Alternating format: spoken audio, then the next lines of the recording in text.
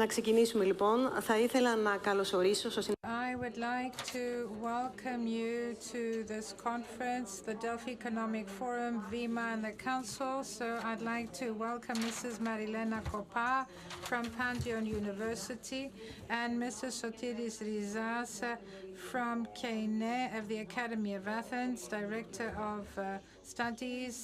So we will be talking about the Greek foreign policy in the Balkans. And despite the fact that our conference is about the role of Greece in the 50 years of Metapolitevsi, I would like us to talk about the Western Balkans and go back to 1989, meaning after the fall of the Berlin Wall. And I believe that this radically changed our neighborhood and the borders, basically. So the Greek foreign policy in the Balkans started changing. Mrs. Kopa, in your opinion, which were the drastic changes following 1989? So if I were to give a title, I would say so far, yet so close.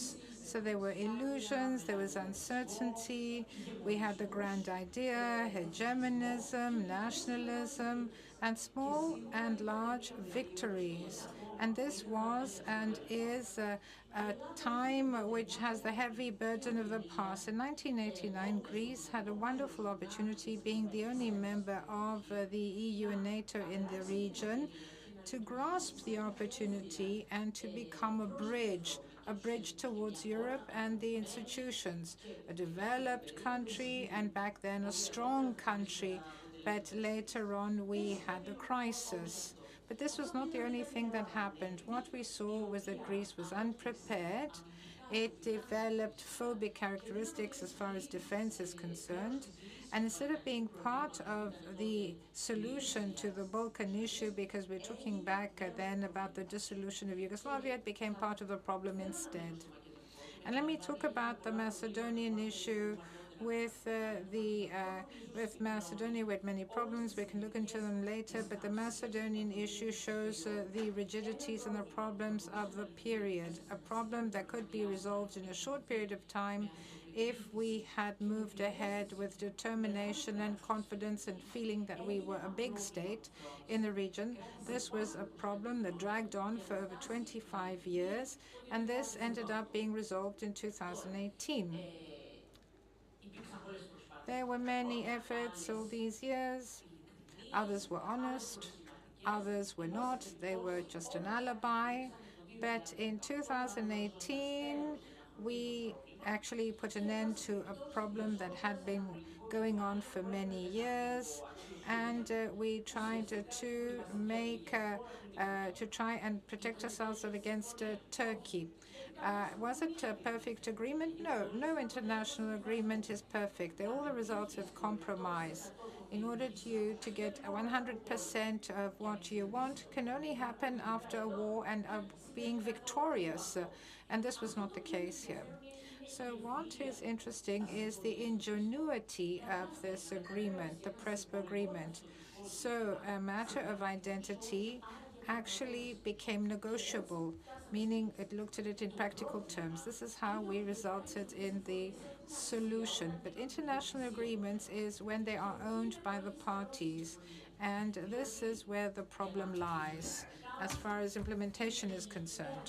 So this new government following 2019, Mr. Mitsotakis' government, did not actually adopt the implementing protocols in parliament. Of course, defense was resolved de facto because otherwise Turkey would have been overseeing the airspace of North Macedonia. So de facto this was solved, and Greece, together with Italy, oversees the airspace of North Macedonia. Now, what we have is the school books and the signs. These committees have not taken off. We were not irredentist in respect of our books, but there was no tour by the Prime Minister in the Balkans. He didn't visit the country, and he doesn't intend to do so for the remainder of his term. Now, you might ask me, wasn't there violation with the new government? Of course there was, the new government in North Macedonia, but it takes two to tango, as you know. And this agreement has various mechanisms for dispute settlement and crisis settlement, but none of them have been invoked by the parties. Now, the agreement is not just to solve the name issue, and it's not only to make sure that the vital interests of both sides are respected. So the positive agenda is 70%. We're talking about cooperation and development of companies, of people, the defense sector, but in many other sectors as well. So this, unfortunately, remains inactive. So there we have a huge problem. We have an agreement which nobody dares denounce, and we do not use it. And this is bad for the country, bad for North Macedonia, obviously, bad for the region, because we see that third players like China, Russia, and Turkey are trying to play an ever-growing role creating problems in the Balkans. So we need to be reinstated. We need to do so dynamically and not by being absent. Mr. Rizas, has Greece shown some phobia when it comes to the Western Balkans? Well, in certain cases, it reacts with a sense of insecurity. I wouldn't use the term phobic, that it behaves in such a way. Well, in 1989, we had the dissolution of Yugoslavia. So this development in itself means nationalism, it means chauvinism, and please allow me to say that all this element spilled over to the wider region. So let me say that that's where it all started. And the second element is the collapse of the Soviet bloc. And this means that there is a security gap. And that's what we are working on in our foreign policy. So there were tectonic changes both at the European level and at the regional level. It's easy to say that Greece has missed a unique opportunity to play a leading role and to be the bridge of these countries and the Western Europe and the Euro-Atlantic system in general. But I think it is obvious that there are larger powers, smaller powers, powers with a tradition in the area and more resources, and I'm not only referring to Greece, so these powers can play a role. There were problems in how this matter was managed. I'm talking about the Macedonian issue. Yes, we did have problems in managing the whole matter. But let us not forget that in many cases, these matters are not to be resolved in isolation, in a vacuum. So we're talking about democracies, we're talking about a national identity, and voters have a role to play, they have a say. And we all know that these, for example, are played at two levels. We have the internal and the external, if you like, policy.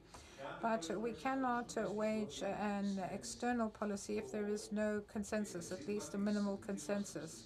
Now, our sensitivity on the Macedonian issue is not something that happened in 1989. I remember in the 1970s and in the 1980s, early 1980s, we tried to say that people were trying to take away our history, snatch our history, and usurp it.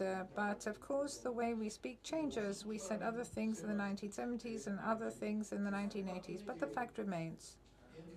And I think that this was very difficult to handle. Why? Because this matter had remained open for 25 years and governments came and went, governments of different colors and of a different philosophy in relation to the foreign policy. And many have the feeling that this is a problem that cannot be solved easily. Is this a good agreement, the Prespa agreement? Well, I'm not going to mince my words. Well, that is another thing. It is an agreement that's in force. And this is important. It solved the issue with a name in this particular way, but there are certain matters that remain unresolved, that of the identity, that of the language. These are not secondary in nature. And of course, on our side,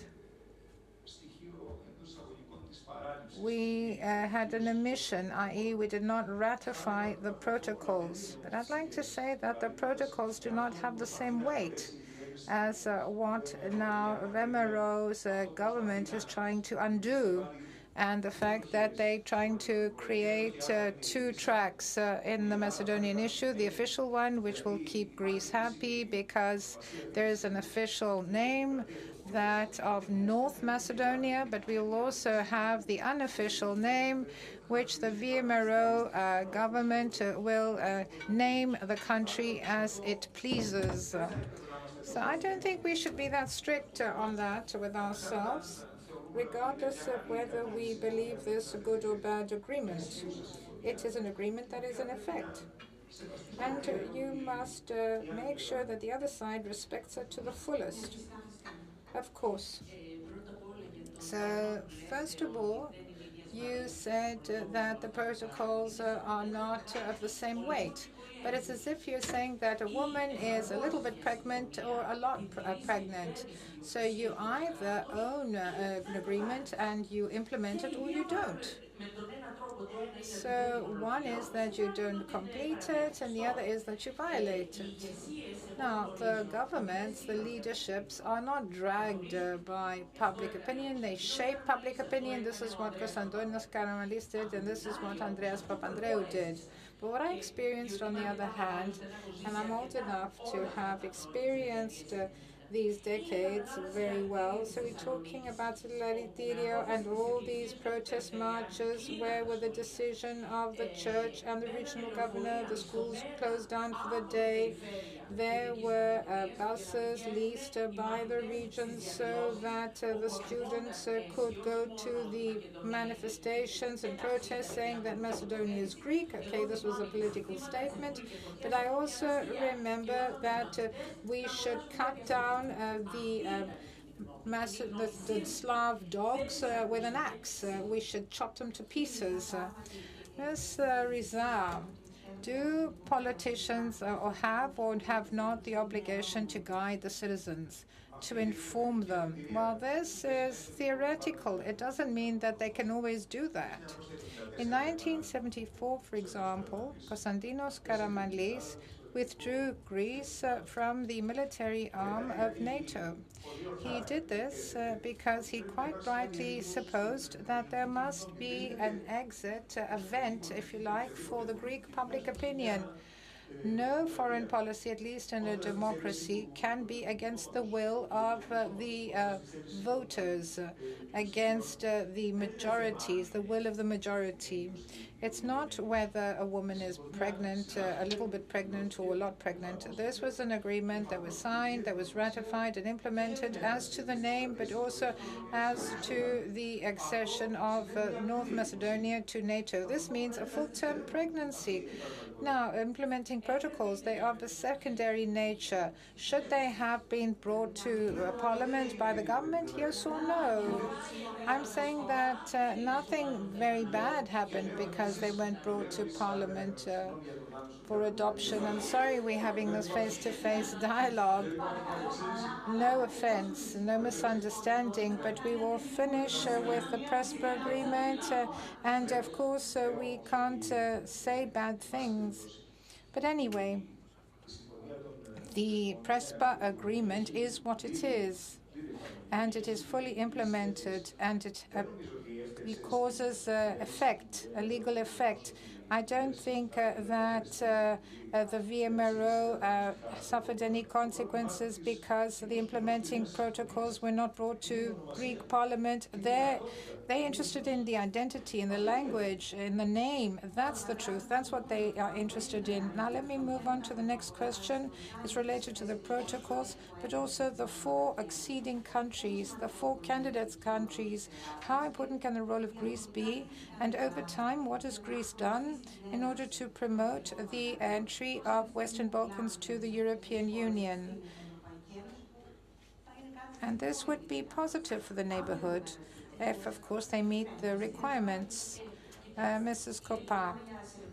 So Serbia, Montenegro, Albania, and North Macedonia. These are the four countries. So there's an absolute need for the entry of the Western Balkans into the EU to take place. And why? Because we can't have a black hole in the heart of Europe.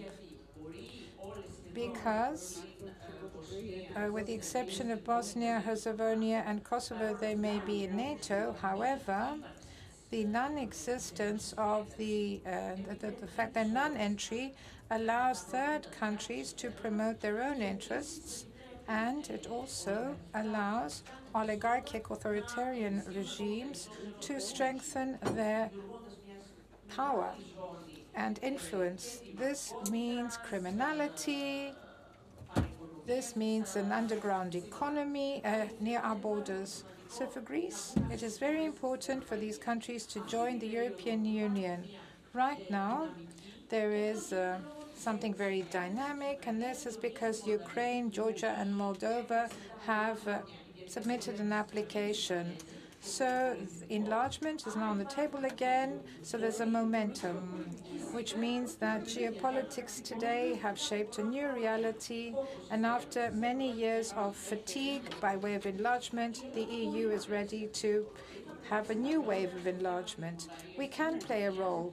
We did play a role in the case of Bulgaria and Romania. We helped the bureaucracies of these two countries get ready. The same could apply in the case of the Western Balkans.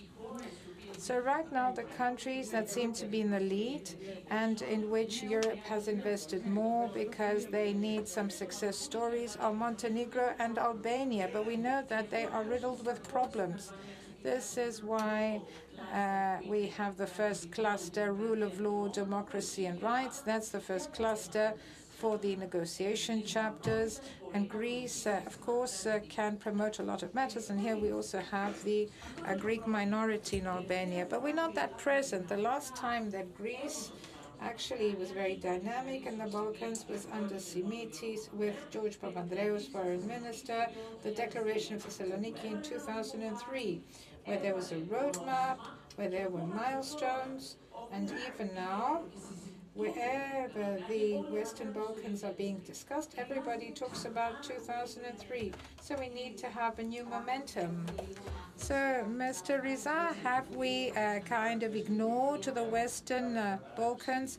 Well, there is an omission here of a historical nature, and I'm talking about the European community, and we also had these problems with Albania.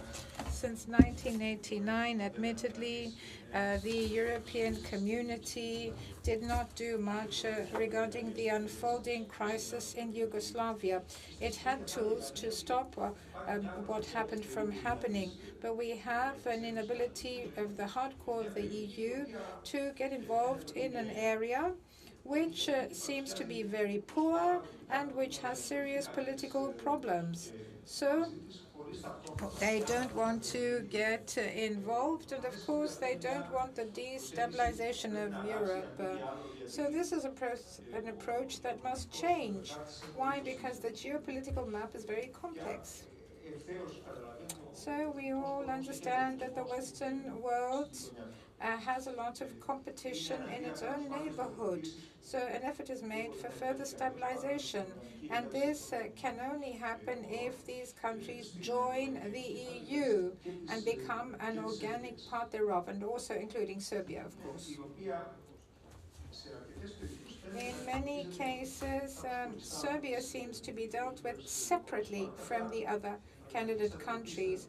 But true Balkanization in the Western Balkans without the inclusion of Serbia in the EU cannot happen. So what can Greece do? Well, it's a very difficult situation, very complex. I'm talking about the general interest. We're talking about an EU interest which favors, of course, this entry. But of course, there are various issues that remain open. For example, we know that in Albania, the Greek minority should have equal rights. We cannot ignore the fact that in relations with North Macedonia, the agreement must be agreed in full and without any concessions being made. So these are terms that can be emphasized time and again. They must be emphasized until we feel that they have been met. So we are talking about a two-track policy. One, we have inclusion or integration in the EU. That's one of the objectives. But we also have another trajectory, that this cannot be done in a rushed manner and to the detriment of fundamental values for our EU partners and for us as well. Mr. Rizas talked about Serbia, Greece and Serbia in the war. Well, Serbia was with those who were war criminals. Milosevic, we were very close to Milosevic. We actually had a specific position vis-à-vis Serbia. Do you believe that Serbia can talk to the EU at this point in time? And should we keep open channels of communication with Belgrade? Well, let me start from the beginning. It is true that there was this general sense of insecurity. And then we actually talked about the Orthodox axis. Back then, I was working in the foreign ministry, and I remember the building and Vastera, and I remember Milosevic and Karadzic being welcomed to Greece. Karadzic had been condemned for the genocide of Srebrenica, so they were actually welcomed, and there was a laying of wreaths and so on and so forth. So we didn't actually think of the role that Serbia had played then. We didn't exercise any criticism. We talked about the Greek Orthodox axis, and this actually is something that cost us a lot. Now, Serbia today is a country which is a privileged interlocutor of Russia. It doesn't actually apply sanctions. It actually talks to China and is the closest ally of Turkey to the Balkans. But it's a hub. It's a big country in the Western Balkans. But we can't actually create again this narrative and our close ties with Serbia when the situation in Europe, and this is something that you can see from the reports by the European Commission and European Parliament, is that Serbia right now, even in the case of Ukraine, is carrying out an independent course. Mr. Rizas, well, I would agree with that last point, but there is a need for a dialogue. There is a need to try and bring Serbia closer to us. And without that, we cannot do that. The second thing, there was this ideology, but there was something even more. The security policy of Greece,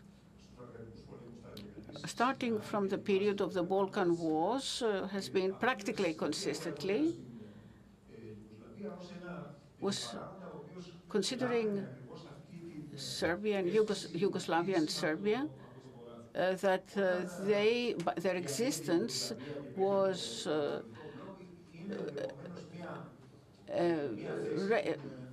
protecting us from the north. The government in Athens should have in mind that close ties should be built with Serbia, just for that reason.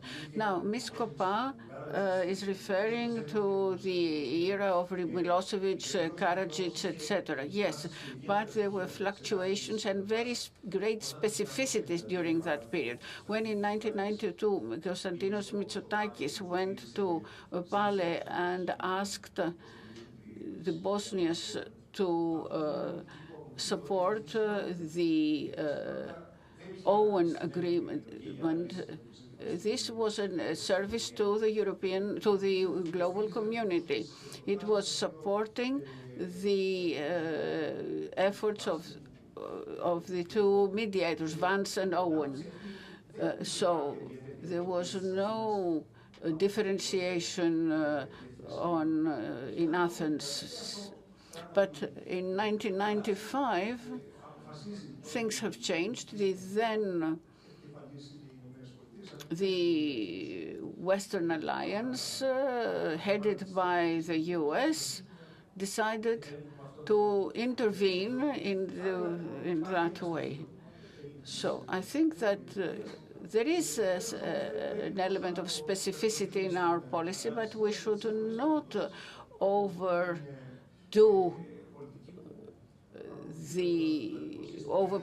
it, because this was in relation to what was happening in that time. And over and above any differences, Britain, up until the Sarajevo market bombing,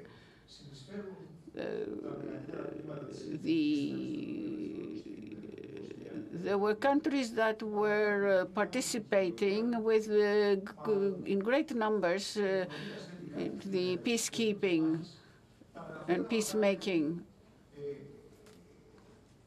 armies. I'm saying all this. We were not alone or absolutely alone in this position. Now, regarding Kosovo I would like to hear both your opinions. Greece is differentiating itself from our European partners. Is this correct? Is it right? Is it wrong? Mr. Skopa? We are among the 5 countries that have not recognized the Kosovo. We were wrong, in my view, to follow Cyprus. And I say that because Cyprus has identified a situation of invasion and occupation with a case of secession. So it was an autonomous area. At the end, Milosevic was the one to abolish the autonomy. So that was something that was certainly going to happen. We did not have a reason to join that group, but the group should not break up, because Cyprus is one issue, but Spain is quite another with Catalonia. Whenever Spaniards visit any country, the first issue they raise is Kosovo. So we are in a difficult position. It's a good thing that we have fully developed our economic and political relations with them. On behalf of the European Union, we have undertaken to lead in the office of the protection of Christian monuments. We were lucky enough to have ambassadors who were in excellent relations with the Kosovo leadership. And at this point in time, the Kosovo leadership is moving in a single road. In 2008, what happened, it was with the silent tacit agreement of the US and the big European countries. It was ready to become independent. Serbia is not going to recognize it. Kosovo is in between Serbia and Albania. It is a non-negotiable situation. I believe that time solve the issue, but I cannot imagine any Greek government to unilaterally recognize the status. Mr. Rizas, this is a complex issue. Still, if Athens were to recognize Kosovo at this point in time, it would create more problems than the present situation causes. There are some differences, but it remains a fact that cannot be ignored. It's a change in our borders, which from our point of view is not wanted. And from this point of view, Spain objects, and in a very well-documented manner is understandable. I would also say that this can be used in a good way, in the sense that it is a type of a frozen difference, this case between Serbia and Kosovo, which at some point in time should be resolved. The fact that some countries do not recognize Kosovo, maybe this should cause Kosovo to start a dialogue and be less intransigent. So we have no more time, just for 1 minute. Please be very, very brief. Ms. Kopa, Mr. Rizas, which in your view is the most important achievement of the Greek foreign policy in the Western Balkans? Prespes, says Ms. Kopa. I would say it was possible to avoid any hot development in this very difficult international environment. Thank you very much to both.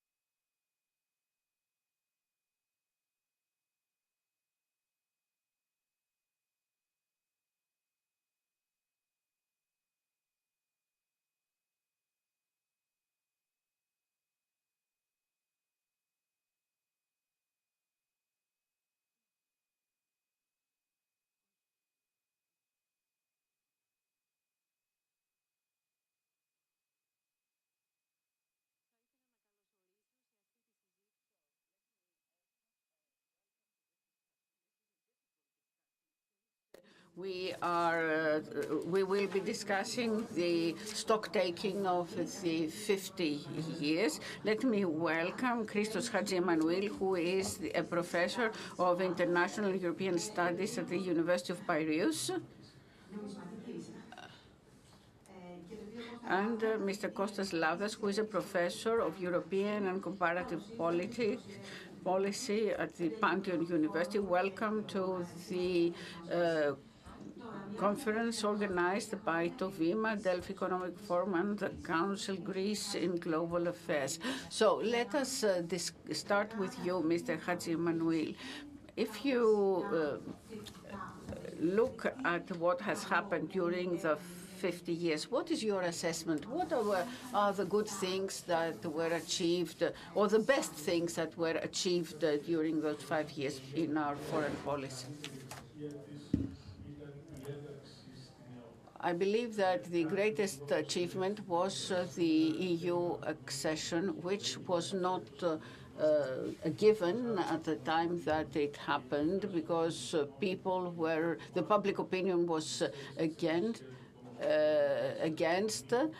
and the majority of the political parties, with the exception of the centrist union, was against. This is the most important achievement of the last 50 years. But if I were to look back, and not from the using the present point of view, it is not true that this is a fully homogeneous period for our foreign policy. First of all, we need to link with the previous period. The two big problems have started earlier. Cyprus in '63, the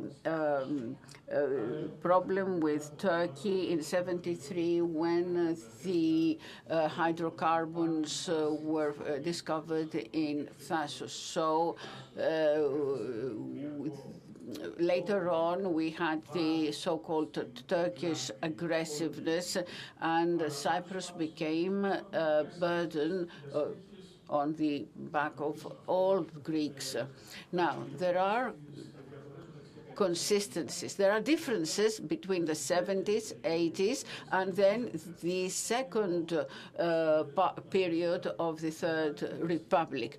After post-74, after the defeat in Cyprus, Greek policy was very different than the previous one.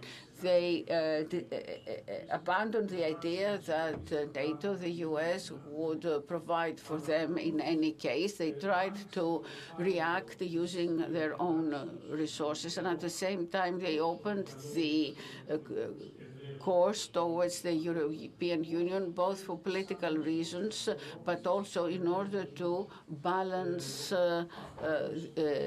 the situation, which of course gave its fruits later on, but it was anyway a success. During the 80s, there was no full consistency and continuity, because as regards the national issues, as we call them, the Greek foreign policy was fully focused on the Greek-Turkish. But in 1976, the Hora ship incident was a game on behalf of Greece. The policy of the 80s was not similar to the 70s or to the subsequent policy. There were threats that if our strategic needs were not covered, we might even change camps. Let me remind you of our deep relationship with Bulgaria at the time and the indirect threats that were heard in the March 1987 crisis. And then later on, there is a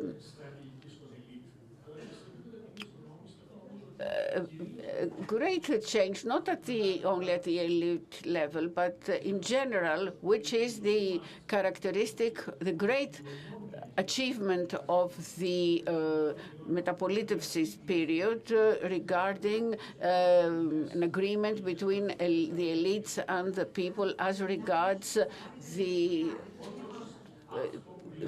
different policies. And I'm not talking about the Greek-Turkish relation. Post-Maastricht, or rather, post-Maastricht, the Greek people had changed their feelings, anti-Americanism, and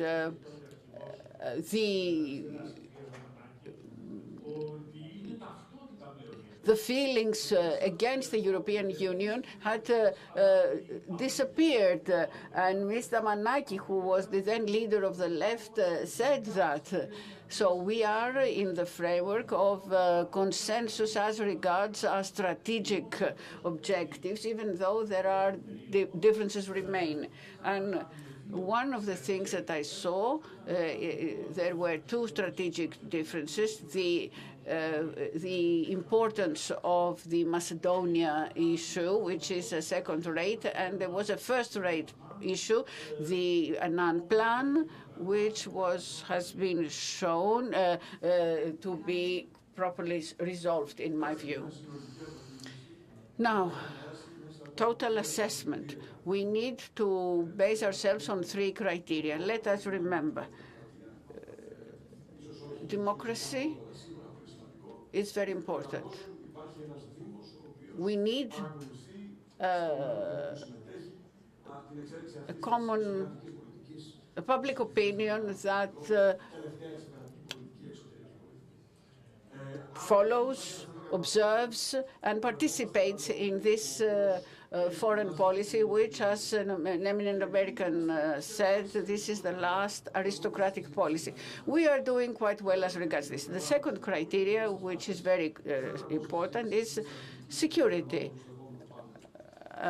I won't go much into that because it will be the topic for the next panel. But let me tell you that there is always the threat of believing that the present is eternal. But there is a general strategic course, orientation, as we heard yesterday, but we are at a stage of international relations that the feeling that nothing changes radically, and if we continue on the same way, is dangerous. Not because I question the importance of the EU or NATO as long as it remains intact, but because we should be concerned by what is happening around us and avoid the eternal present. Now, the third criterion is whether we have realized or not that we should be turning not to groupings in which we thankfully participate, but in other schemes, bilateral, trilateral, multilateral.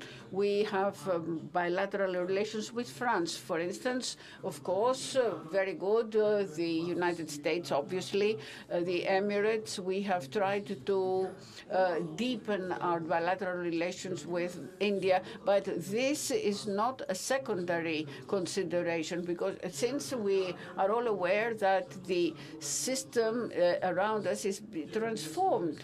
So there is a consistency as regards the general direction. We should not confuse it with an eternal present. This is not the case. I heard interesting things also from my colleague. The Greek-Turkish issue is structural issue, and sometimes I would say it's an existential. And I disagree with what I think we're doing. We need to do hedging. I will tell you quickly what the small Southeastern Asian countries are doing vis-à-vis the greater countries. Recent analysis tell us that there is an effort to hedge the risk. I believe that what is happening in the case of Turkey, although we do not say it, is not a deterrence, is hedging. Partly cooperation, part deterrence. And this is one thing.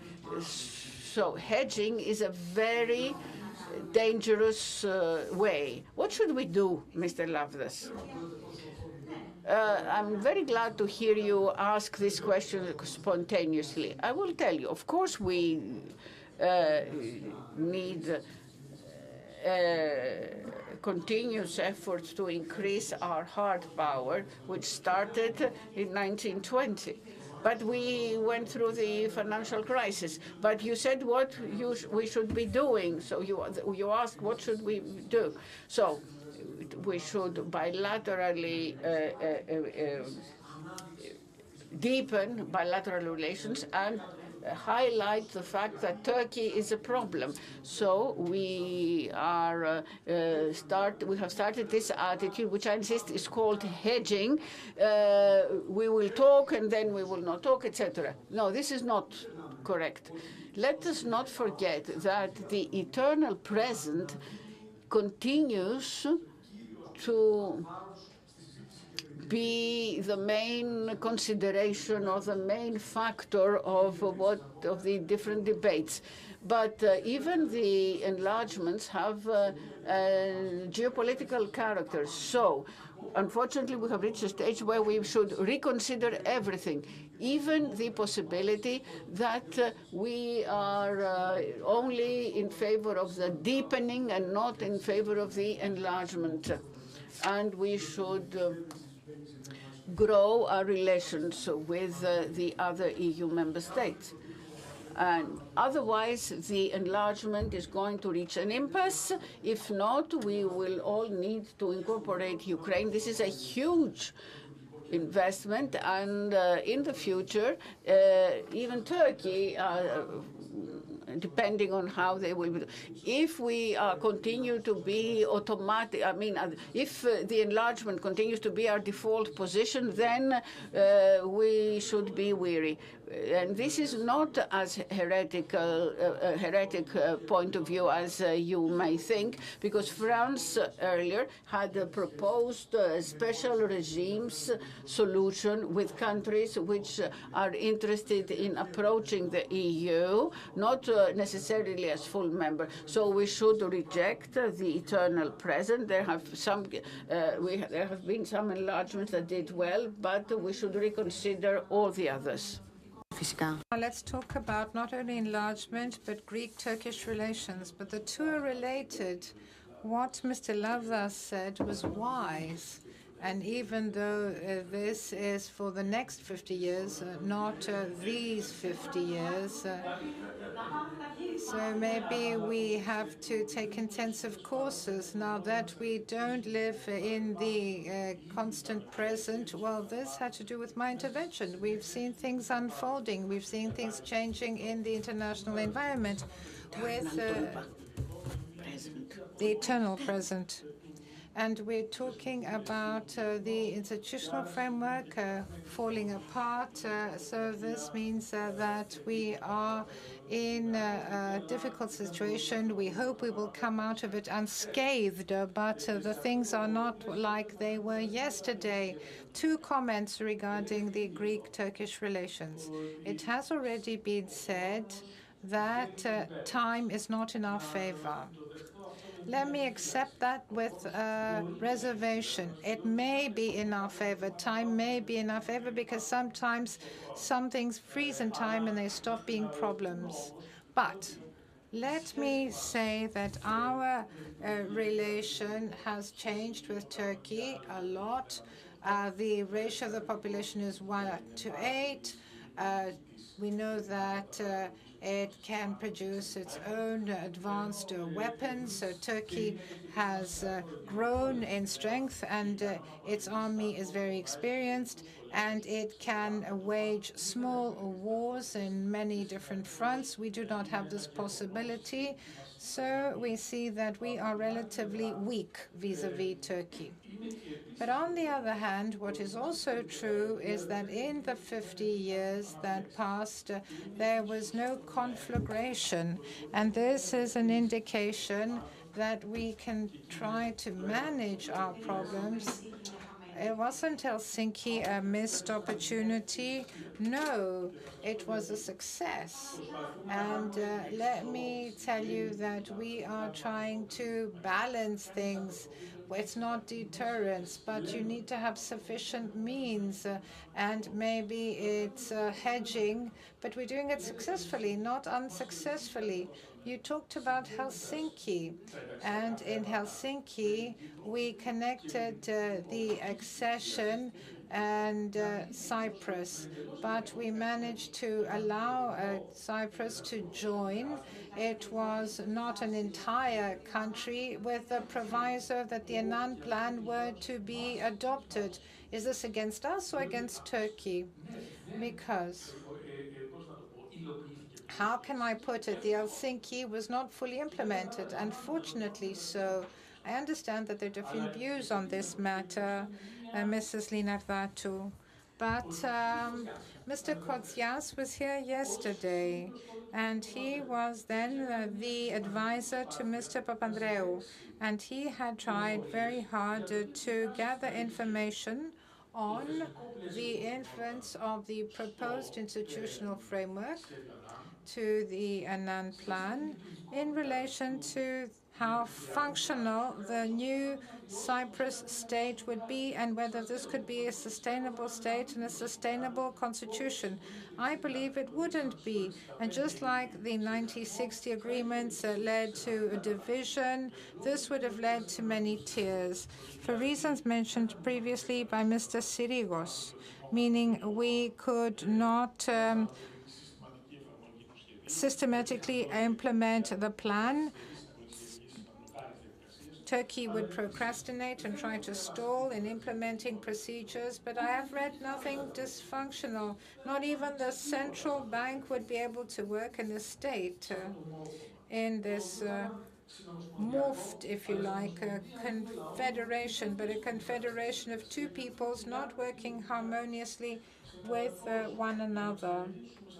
So let me conclude by saying that as far as the elite is concerned, there were many who were against the strategy, the Papadopoulos strategy. I'm not the only one who believes this. Maybe this is a minority in the elite, but a majority in the public opinion, that quite rightly the Greek side allowed the Cyprus people to express itself freely. And when the Cyprus people spoke, 75.8%. Is this what you believe in the case of Grand Montana as well? No. In Grand Montana, the opportunities were different. The environment was very different then. And it's a pity that we didn't actually reach an agreement. I'm talking about the content of the Annan Plan, whereas in Grand Montana, we do not know. We do not know what was discussed, and things were different, that is certain, and things were more mature. So we're talking about a gradual maturation of our foreign policy. Mr. Lavdas, same question, I suppose. Yes, definitely. The entry of Cyprus to the European Union was a huge success. This is something nobody can deny. So after Greece's entry, Cyprus's entry is the second great success story, and nobody can doubt that. It's a particular moment. We had very particular negotiations, and that's a clear success. Now, Cyprus. Of course, this is connected to an approach to NATO, and many things will be done. We know that Turkey will be exposed and have serious problems. But this has to do with whether Greek, if you like, governments understand what is happening with Hellenism. If they think of Hellenism as something broader and worldwide than just in Greece, in the Greek state. And I agree that there was consensus, as you said, that was the general, if you like, perspective.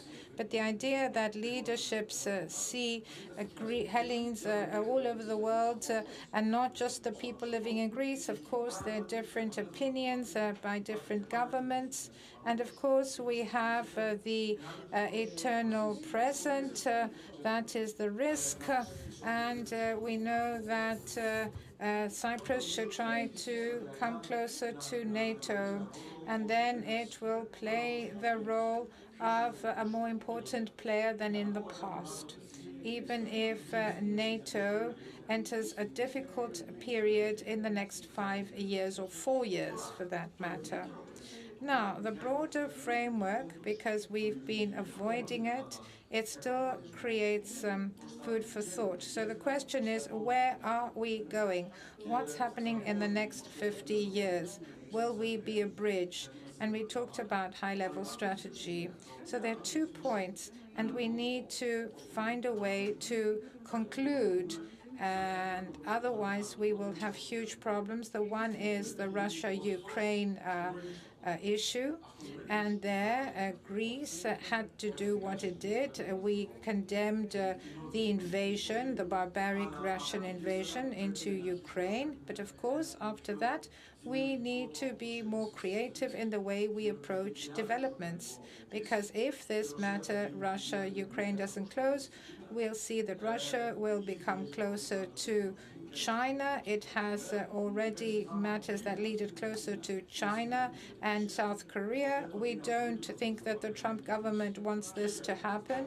We know that for this reason and others, but we're not going to go into details because they don't concern us directly. And there is a danger, I'm afraid, with Turkey and inversely with Russia, this eternal recent present, and to end up being one of the last countries of NATO and EU to talk about how important Turkey is, and to end up being the last country which will say that we should not try to see the balance in Eurasia and to think of Russia. So 25 will not be 2024. This is something we have to understand very quickly. Otherwise, we will actually have sterile views as far as the world is concerned. And I think we need to be more creative and more dynamic. So we have to diagnose what's going to happen correctly. Otherwise, our answers will be the usual. We'll just keep doing what we've been doing. We'll have this sense of security, but this is a sense of security among politicians and diplomats who have every reason to do so, and they prefer to use the usual track. Because, as you know, foreign policy is not something easy. It can become even more dangerous as a path if we don't predict correctly and diagnose correctly what's happening in our area. Can we play an important role in what's happening in the Middle East? And we see the EU being absent, but also Greece being absent as well. So, now, Mr. Lavras spoke again, and I agree with what he said in his second intervention. And you asked a question, can Greece play a role in the Middle East? Well, we had this close tie with the Arab world in the past. Well, now via Europe, because we have to work in excellent collaboration with our EU partners. And we have to make use of the common foreign policy. And let me actually talk about something Mr. Lambda said, just to mention something else. Something that has changed in the last years is that hedging. And we also had the shield that was provided by Europe, economic and other. This has weakened because we see that other countries are not so interested in coming closer to Europe when European Union is in a state of crisis as it is today. So an argument that we use not to appease but to alleviate the Turkish aggression, and meaning if you attack, you won't be able to join EU. Well, this is no longer a strong argument because they have strayed and have gone elsewhere. So the apple offered by the goddesses to Turkey is less attractive than it was, and they go for something else instead. So right now, we will actually see that things are rather problematic in the European Union, and this has to do with our decisions and our choices. So we'll see that even the recent dialogue for the development on the part of Europe, new military capabilities, whatever happened in PESCO, and nothing really much happened, whatever is now discussed in the defense policy, which acts like a shield. So these are capabilities, they're not objectives, it's not mobilization. So the fact that I have strategic means three things. I have objectives. There's a reason for me to have them. I have them and I can use them. So Europe is emphasizing in the current dialogue weapons, how we can all have weapons and how we will improve the supply and manufacturing of weapons. But if it has all these weapons and doesn't have objectives and doesn't intend to use them, well, it's all for nothing. Now we have a common foreign policy which is determined by the positions of former Soviet democracies plus Poland that actually push towards one direction only, and the only supposed problem is Russian aggression. Well, it is. And then Mr. Labda says that you're pushing, if you like, Russia into the arms of China. Yes, but the Baltic states and the other countries, they're scared. But what we want is a more balanced foreign policy. We can't have a foreign policy in Europe where you actually go the way that certain countries want you to go and what the US wants, and then it actually goes in one direction, even when the direction in the US changes, and it doesn't recognize security issues that Greece faces or that Cyprus faces, and the terrible situation in Sahel.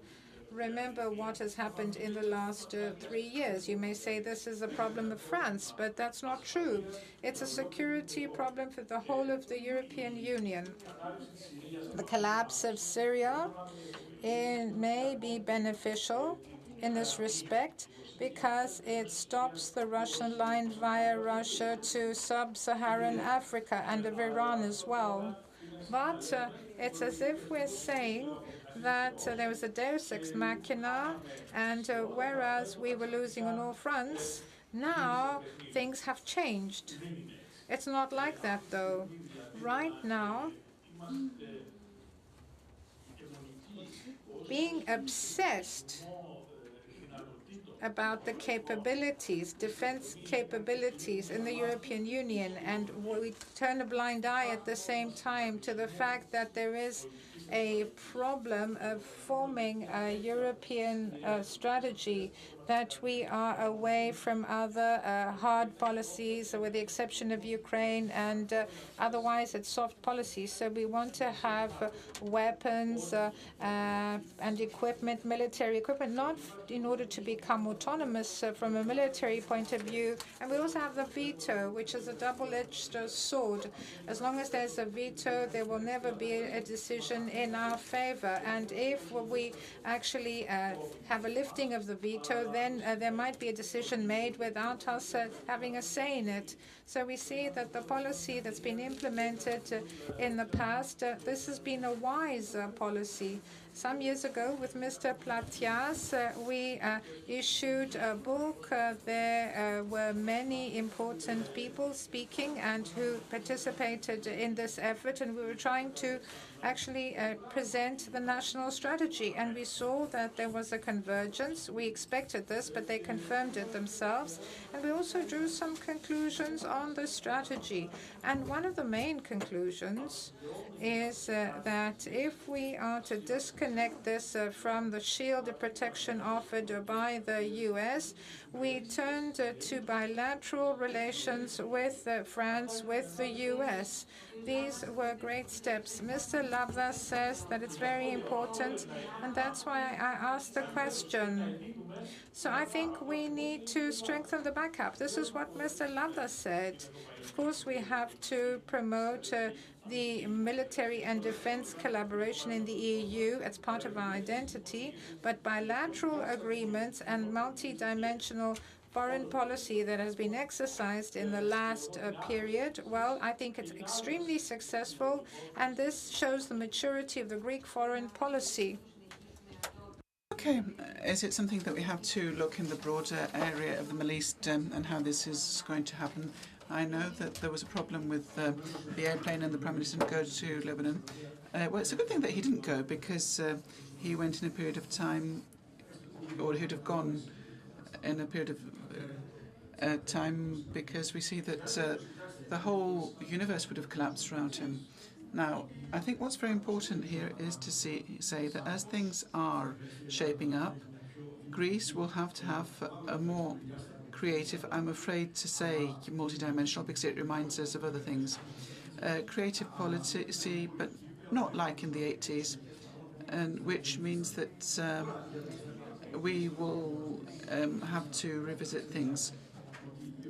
Now, when it comes to the Middle East, the flows that came from Syria in 2015, and we'll see what will happen actually go into the direction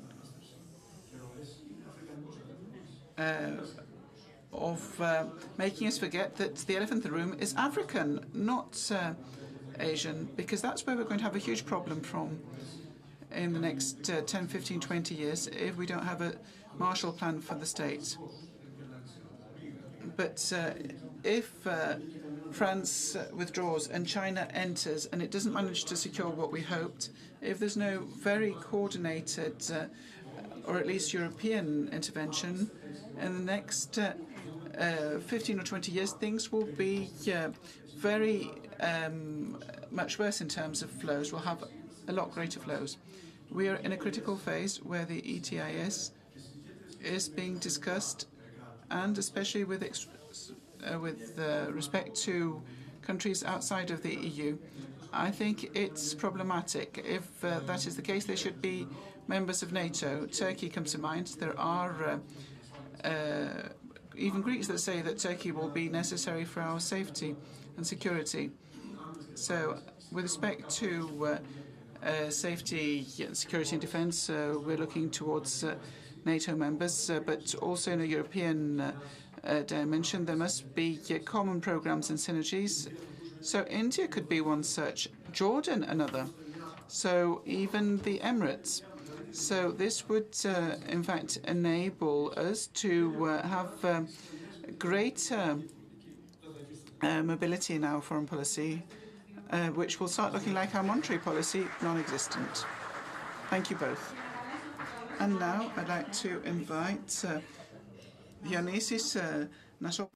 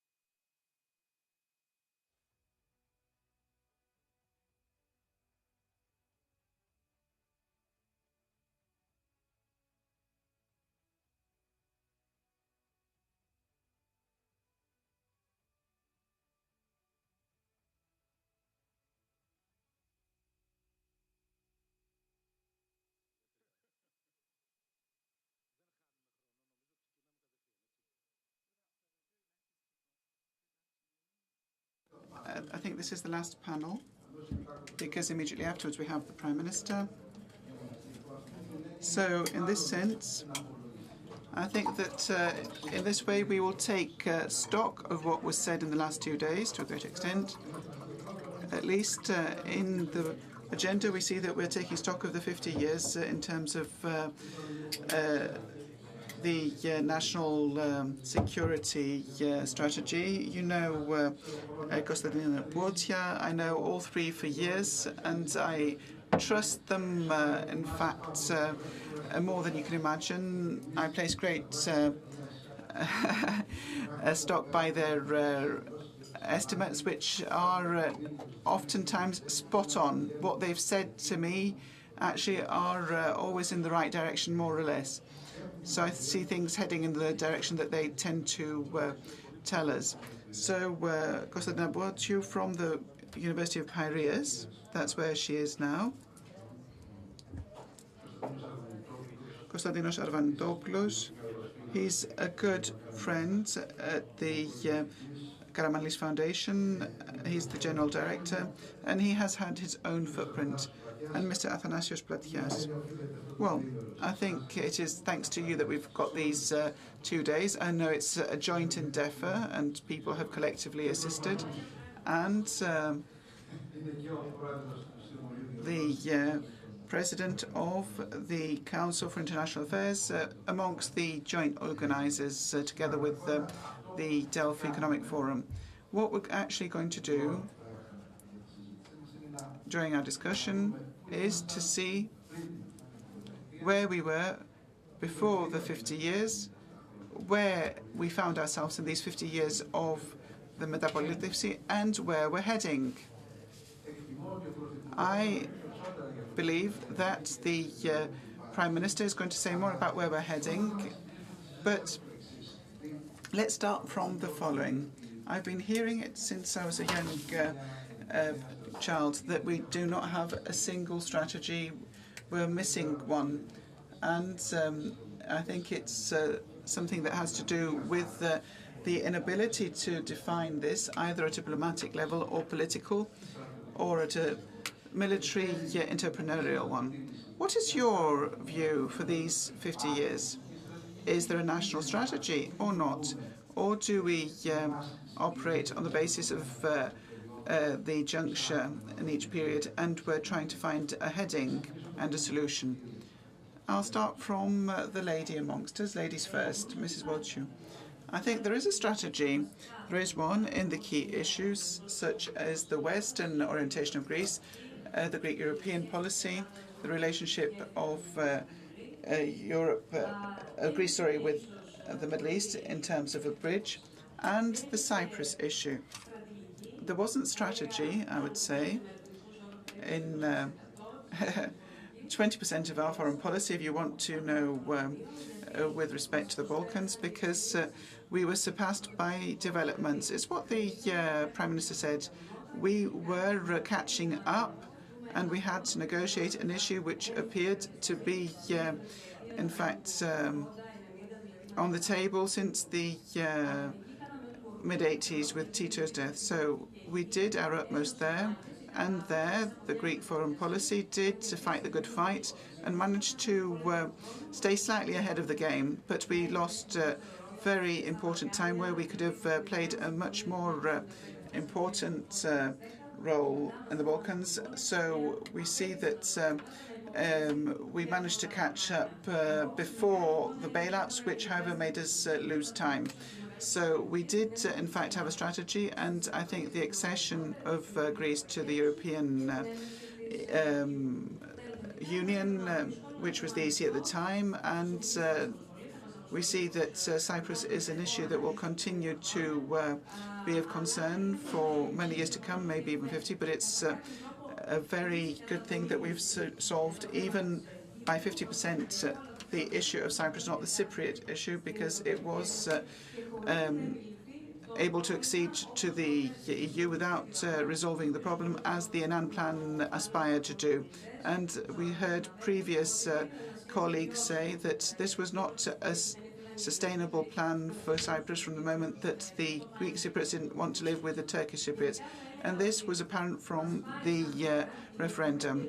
We see that European integration suits us because it enabled us to have an autonomy in our policy in terms of foreign policy and security and defence.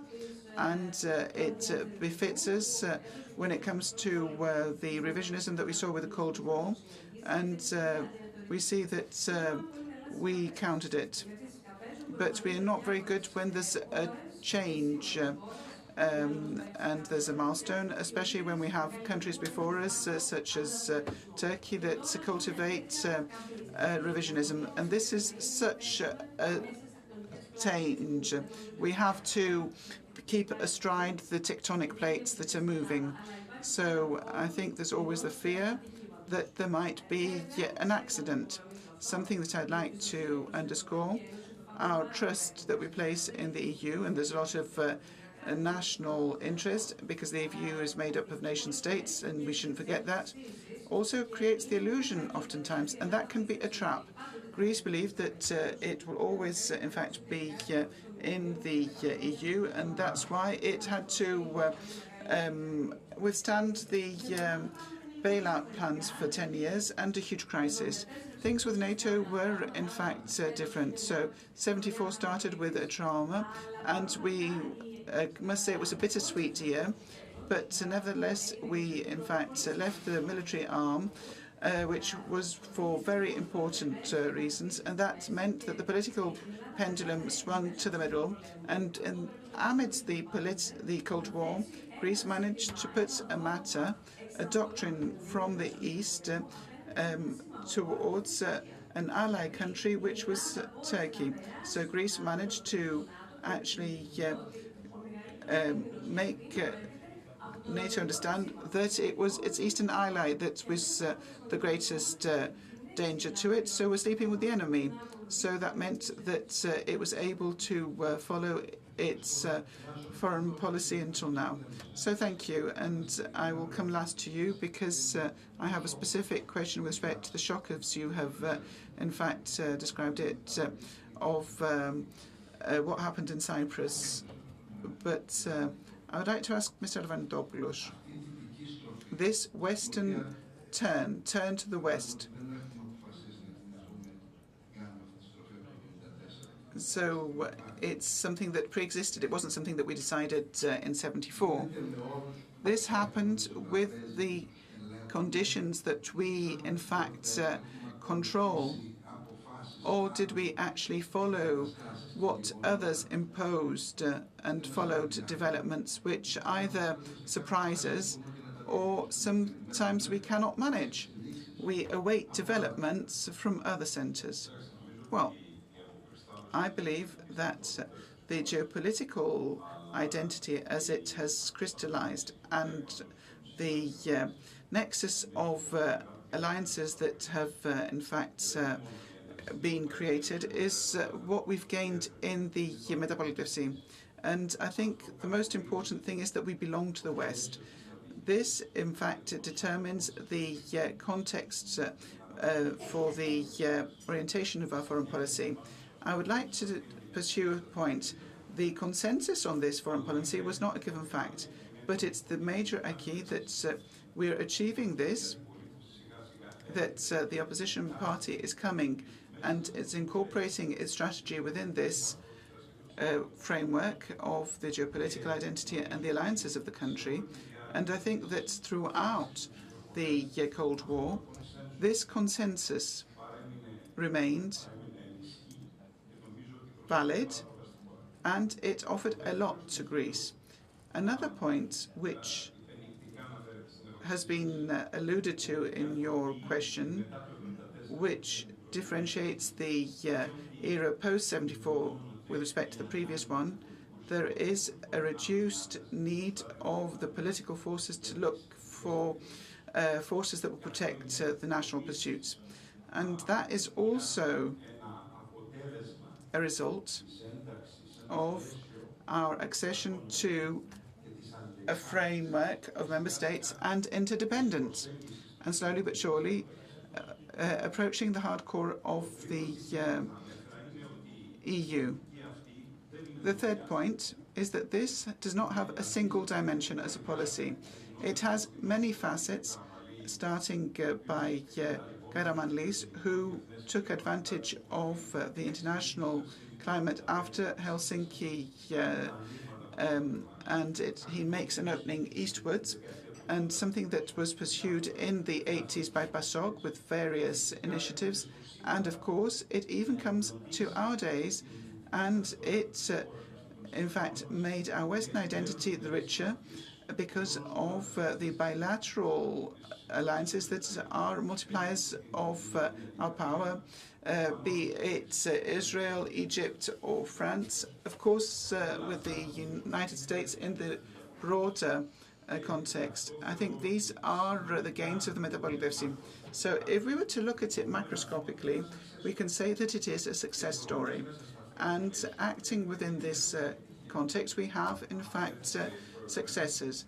I heard say that the accession of Cyprus was a success, an unqualified success, and we all have agreed that we will operate in this framework set after '74. Something else that sets this period apart is the shift of how we perceive the threat to our national interests. And this was from the north, and it shifted to the east. So after '74, the primary threat comes from the east, despite the fact that we're still in a Cold War environment. This brings about important changes in our foreign policy. Now, the approach that we follow is the one that the small nation states tend to follow. Then, yes, the Minister of Defense referred to the EMEA and how small states actually approach these things. To a great extent, our approach with respect to promoting our national issues was, in fact, to invoke international law and to do this through international fora.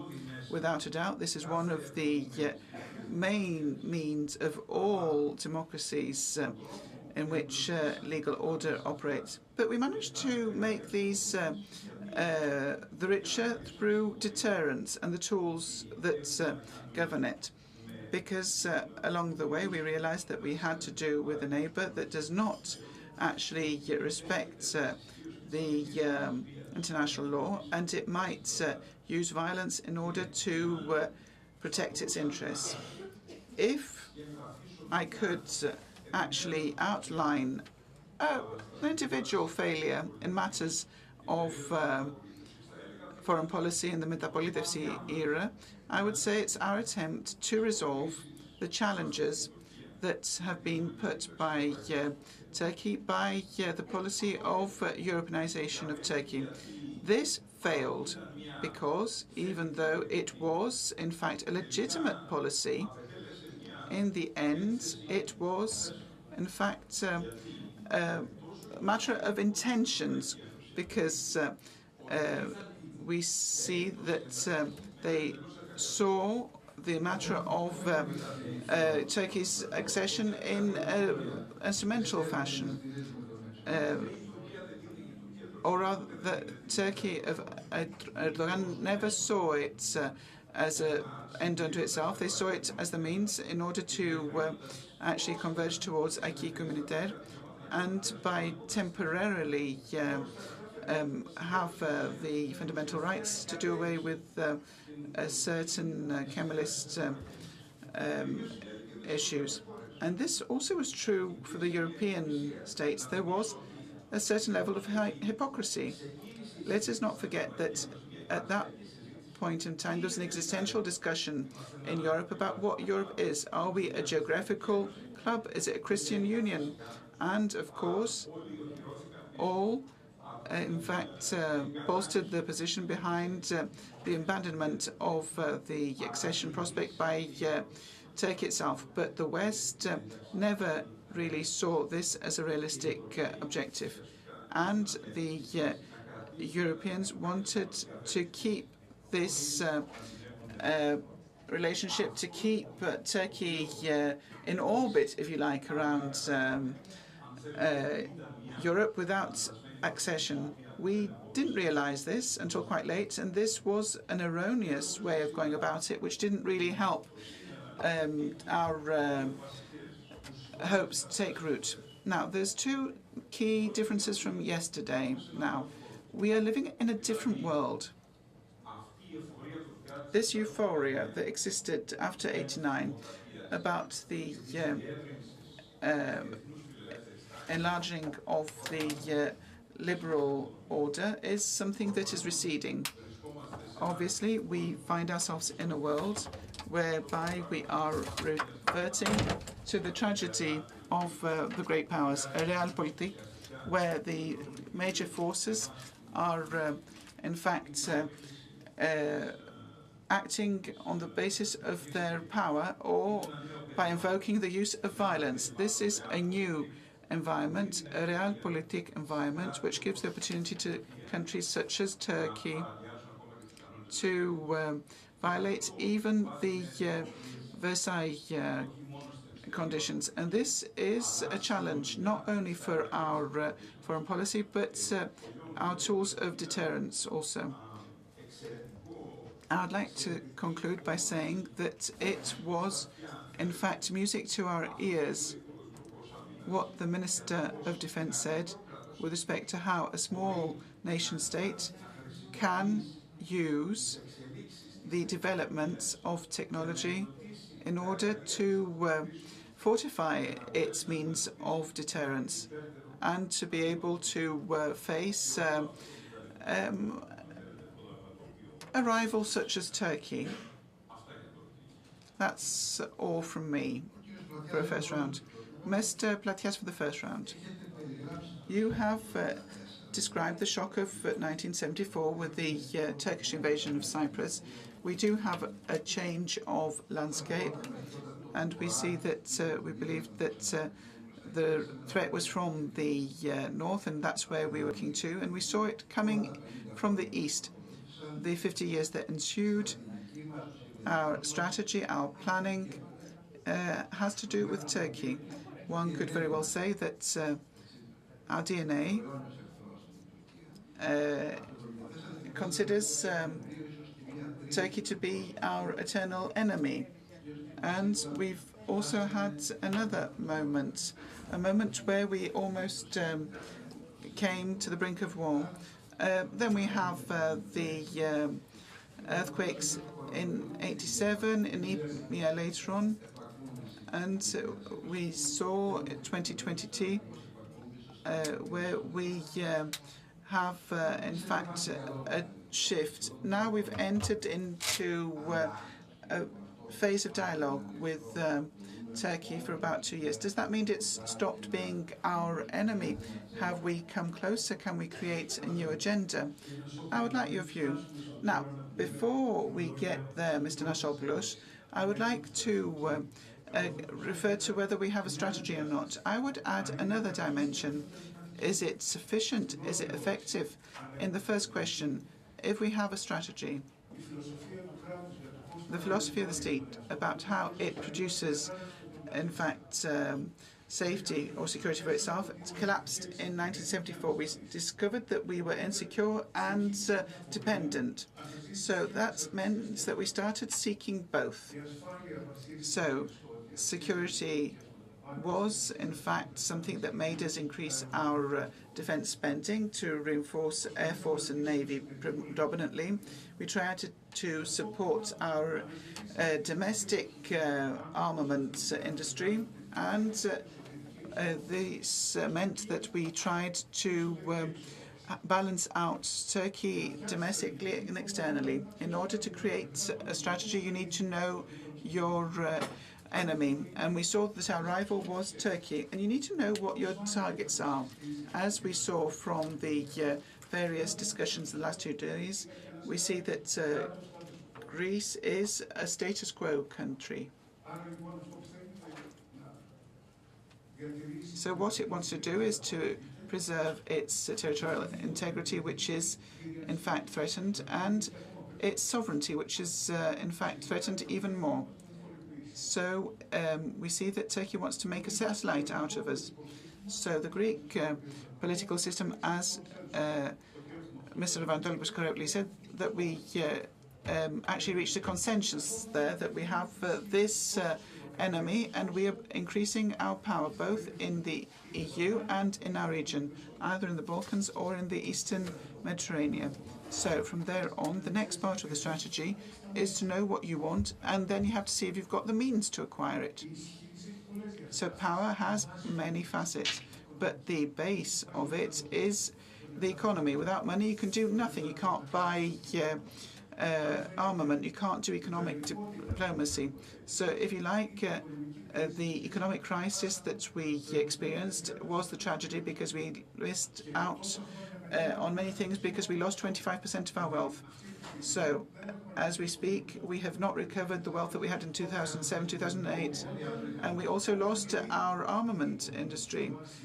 Whilst we see that we lost our might, because when you lose economic power, you can't buy armament. Mr. Thenia said something that was, in fact, shocking, that 32.7 billion is the armaments of Turkey, and ours is 2. 1 to 16 is the ratio.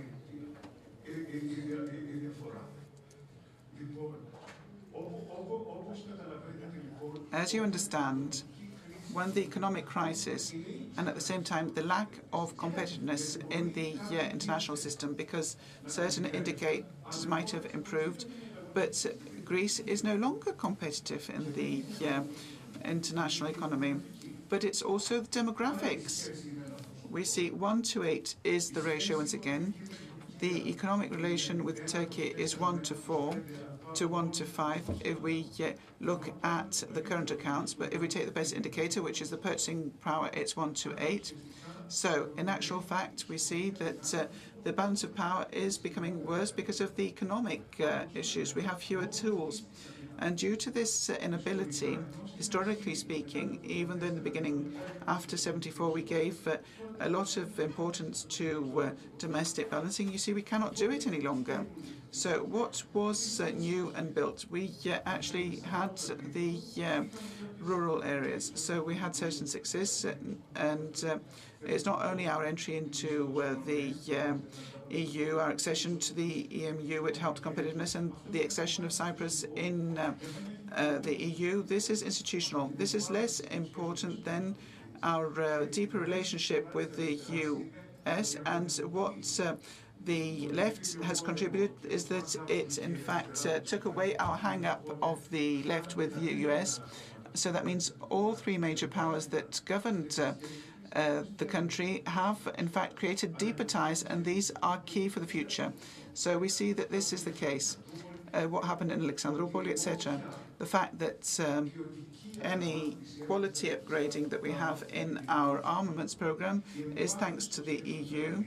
And we saw that we have deeper ties with France. We managed something that was impossible in 74, which was the mutual assistance clause with France. And at the same time, we're not talking about a multifaceted foreign policy, but we've added the tripartite alliances, which is a key component.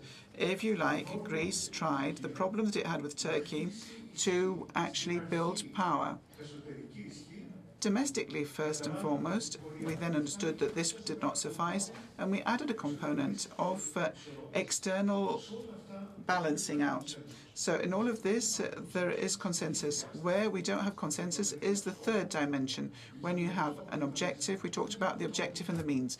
The third has to do with how you go about it, and there's a difference between the political parties, and we saw it in the discussions that we've had these days. Mr. Avantopoulos said that part of our policy was to tame the beast through the EU. We could say that this was a creative involvement policy, of engagement rather, with Turkey. Well, we wish that this would have paid off. We actually invested a lot, and the Syntagma government tried to actually take that to the utmost. But it takes two to tango, and Turkey didn't choose to tango, as Mr. Avantopoulos explained. So the most effective strategy for us did not bear fruit. So we, in fact, found ourselves before things that have been discussed here. What do? Do you try to make Turkey to desist, or do you try to, in fact, make it be appeased?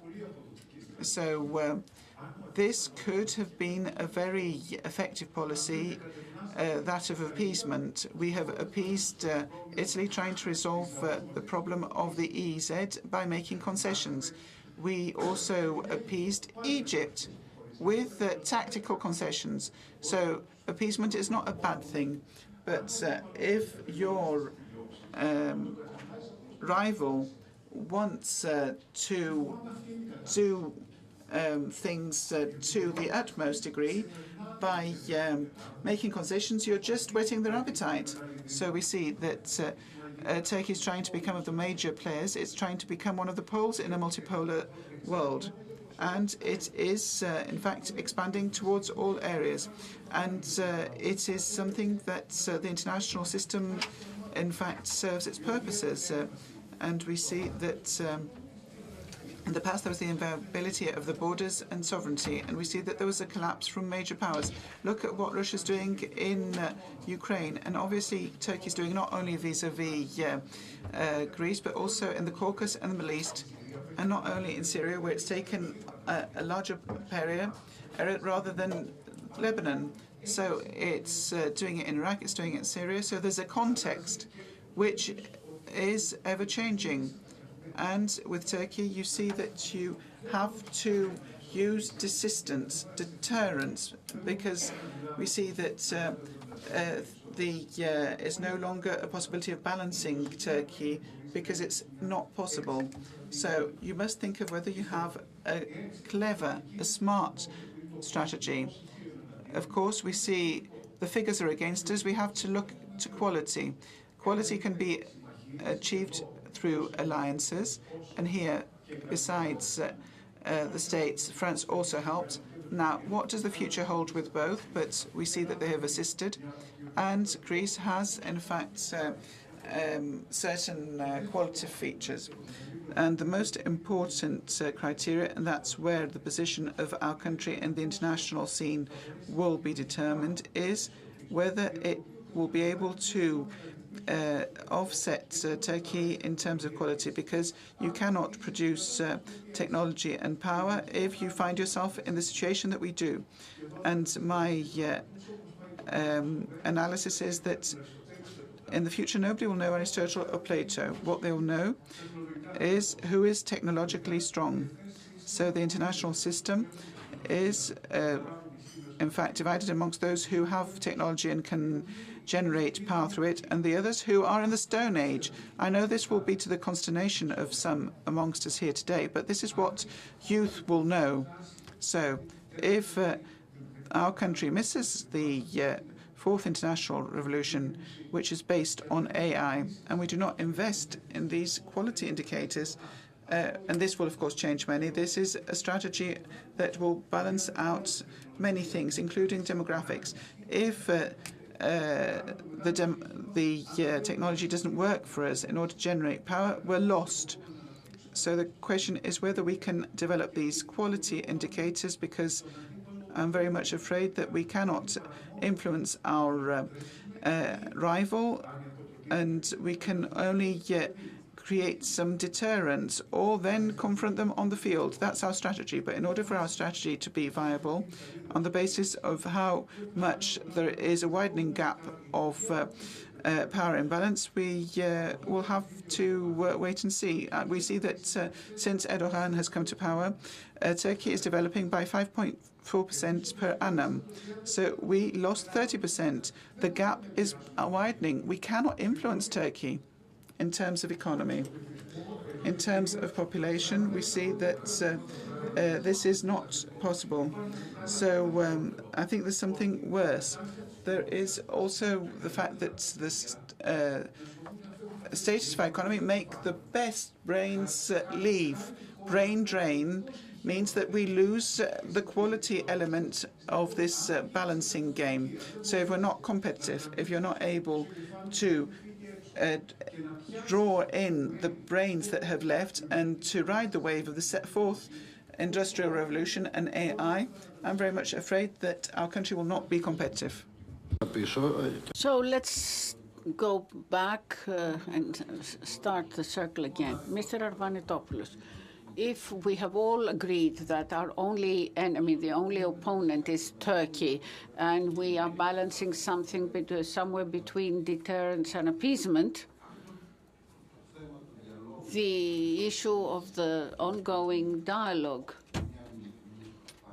isn't proof of sincere effort. If there is even a minimum of trust between two parties around the table, because one is wants part of the other's vital space and the second party does not trust them at all, where can these things go?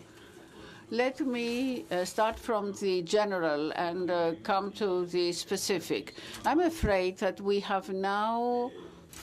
now find ourselves in a different world, and this different world will test all of our assumptions, both as a state and as a democratic regime, meaning that with Trump returning to power, the global balance is changing everywhere.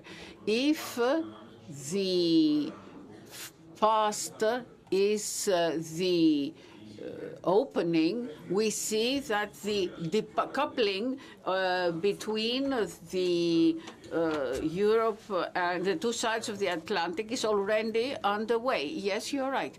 So Americans do not consider the geopolitical importance in Europe. If it were with Democrats, this would have been a smoother process with some dialogue, while now I'm afraid that this is going to happen more abruptly.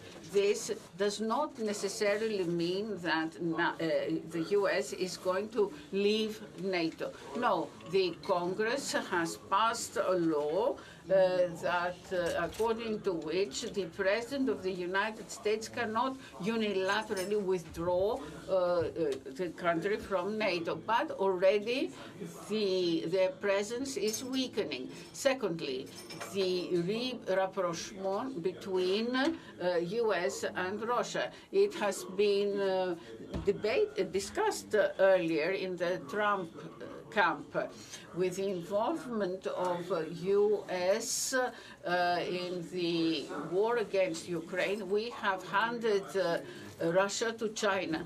This needs to change radically, starting from the war in Ukraine, passing on to the weakening of NATO. And this creates new challenges to our foreign policy, which will test the Cold War period consensus. On the other side, if our allies, the US, start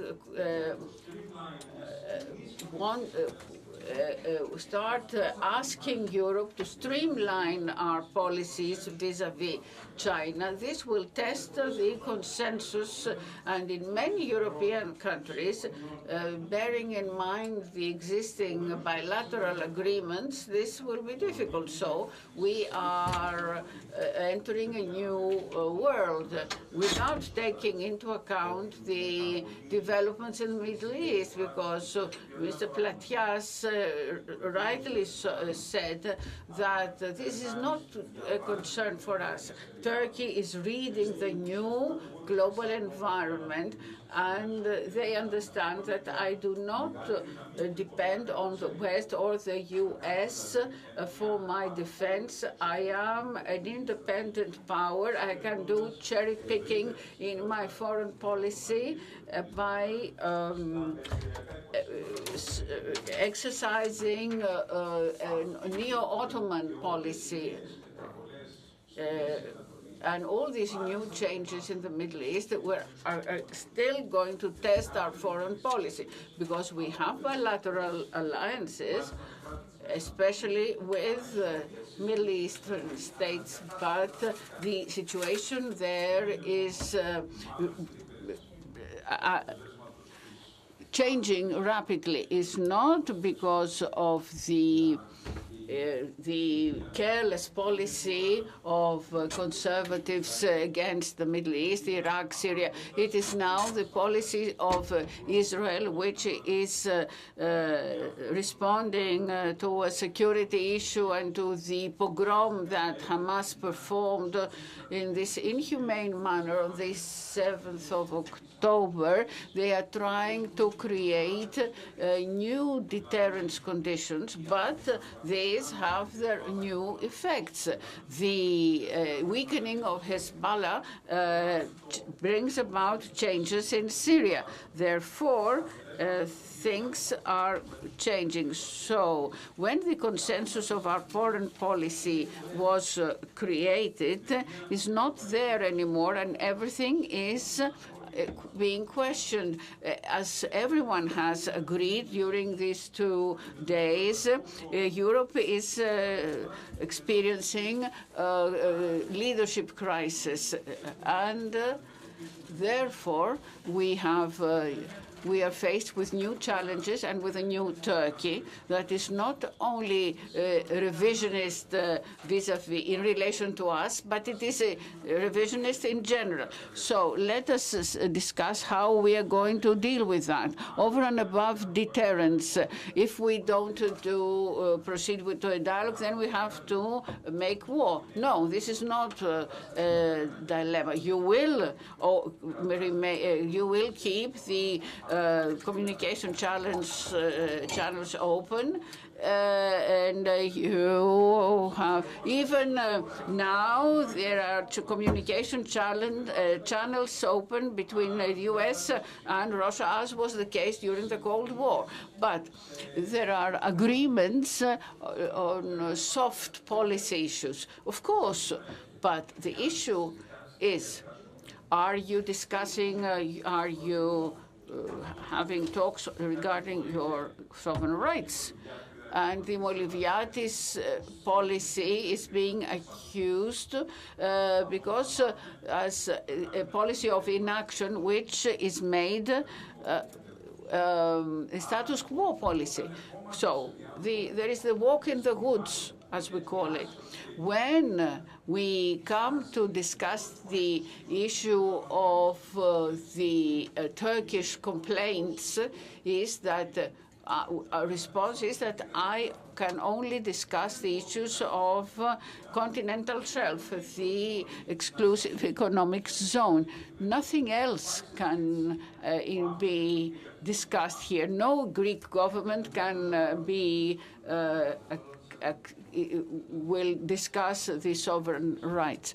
Listen, I did not focus on that. But what I said is, if you're discussing with someone with whom you understand that there is an intention to come to an agreement, is one thing. It's quite a different thing to be discussing with someone with whom you know that there is unavoidably there's going to be conflict. So conflict may be the result of appeasement, since appeasement at the end of the day brings about conflict. This is the final stage of an appeasement policy. You appease and you're not going to avoid the conflict. So the only possible policy is what has been described in many of these sessions here.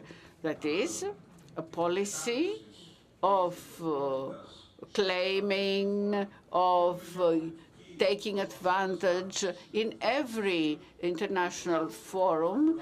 So, and we wanted to increase our power indicators in order to multiply our power. So, of course, you hold talks. Of course, you have open communication channels. But in the case of Turkey, with their intransigence and their revisionism, things cannot be so. Ότι η Τουρκία έχει δείξει τα τελευταία 20 χρόνια ότι ενδιαφέρεται για I don't think that in the last 20 years Turkey has shown an interest in joining the EU as a full member. It's interested in economic cooperation.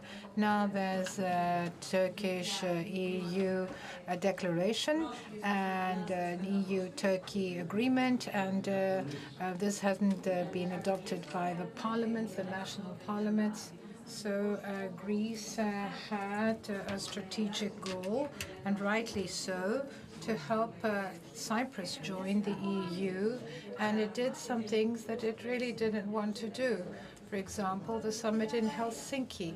This could be considered such a case, meaning that Greece said that it accepts Turkey as a candidate country. There were others that disagreed, but then it stopped when Erdogan came to power. But I'd like to say that despite the financial crisis, Turkey did not attack us. And this has to do with the balancing role of NATO. Maybe we need to revisit that, or the balancing role played by the US.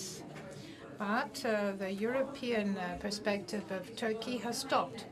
And the question is, do we want, and I agree with Mr. Platias 100%, to become stronger as a country, to be the last outpost of the West, or do we want to be the antechamber to the tectonic plates and meaning where Turkey is. I don't have an answer to that question. And this is the question that we need to solve first when it comes to foreign policy.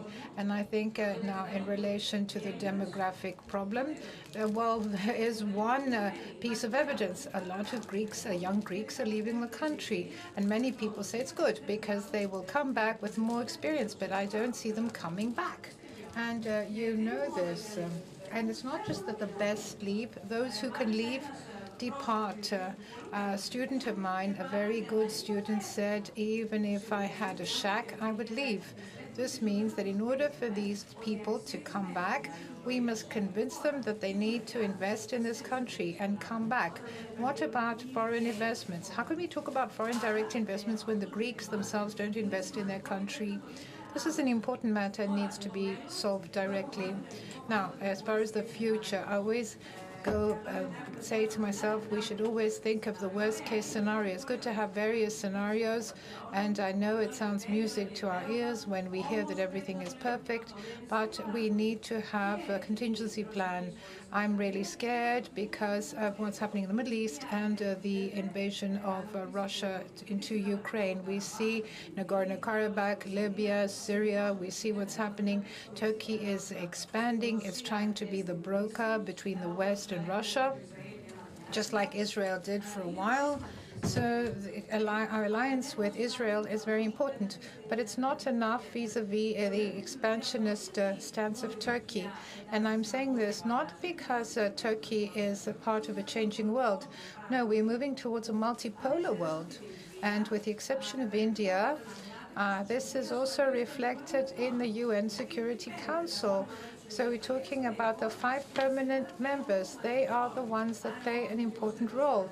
And because I'm a historian, I'm less, if you like, pessimistic regarding the multipolar world that is changing. We don't have a bipolar world anymore.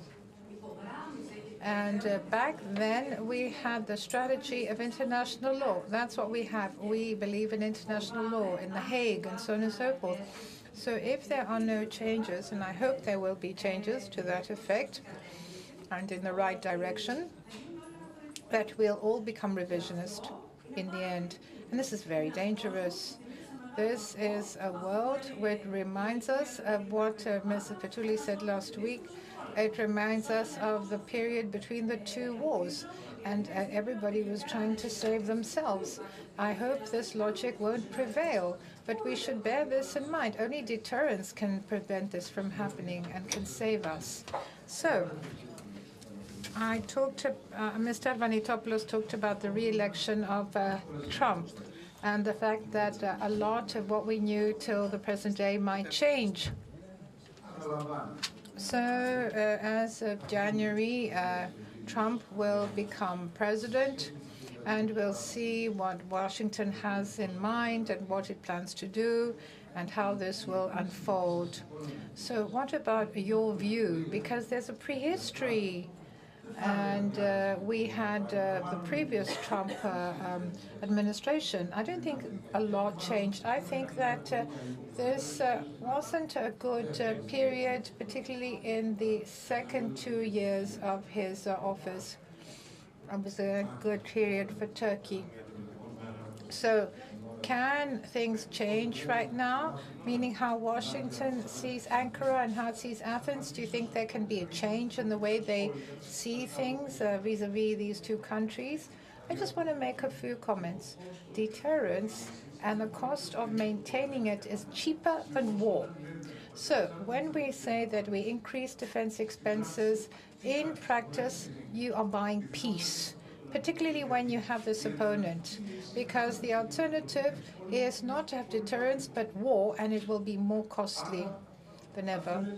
So I don't think that we should think of this, because it's a pseudo-dilemma, meaning about the armed forces and deterrence and so on and so forth. Now, the dialogue, even during the Cold War, there were open channels of communication, as Mr. Vanitopoulos said, so the government has to engage in discussion. But the problem lies with the pursuits of Turkey. Let me give you an example. Now they say that Gavdos, they question whether Gavdos is Greek or not. It's one of the 18 islands that Turkey considers not to be Greek. So if you don't know if Gavdos is Greek, and you don't, at the same time you don't know whether there is a territorial sea, you don't know whether Gavdos has an EEZ. So what are you going to discuss? What are you going to discuss then? If Enousas or Gavdos or Kaloyeri are Greek? Mr. Pretenderis wrote a wonderful article some weeks ago, and he commented this Kazan, 50-50. And he said, what's the Kazan for us? What do we have to gain? Are we going to talk about whether Gavdos is Greek or not? Is this the Kazan or win-win? So I'm not that optimistic about this Greek-Turkish dialogue. It's not because the Greek side doesn't have good intentions, but because the other side has a lot of objectives and claims, and the only thing you can do is exert deterrence. This is something we've learned from the Second World War, but we know that deterrence sometimes, appeasement, excuse me. Appeasement whets one's appetite. And in order for us not to finish on a negative note, let me answer your question. I do not believe that Trump will make such a big change because there are vested U.S. interests. Ever since McKinter wrote his theory about the importance of Eurasia, the West, Oceania and its powers need to surround Eurasia. And the axis Russia-China, which has been created, is an enemy to the Oceanian powers in the West. So no matter how much Trump will appease Russia, this axis won't change. So there won't be a reverse Kissinger by Trump. So what Kissinger managed to do, to take China out of the alliance with Russia, there's no way Trump can do that. So you still have continental powers in Eurasia that are together. They've banded together. And this is a problem for the U.S. And I'd like to say that the U.S. have tried hard to keep this entrenchment, if you like. They went to the First World War. They had the Cold War. Now they're not going to let Eurasia spill towards Europe because if they occupy the rest of the world, there will be no hegemony by the West and the U.S.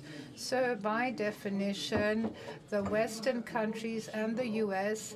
have to do what they do. We are at the boundary between the West and the others. So we are the remote outposts. This is what we are because of geography. So the West has to support us.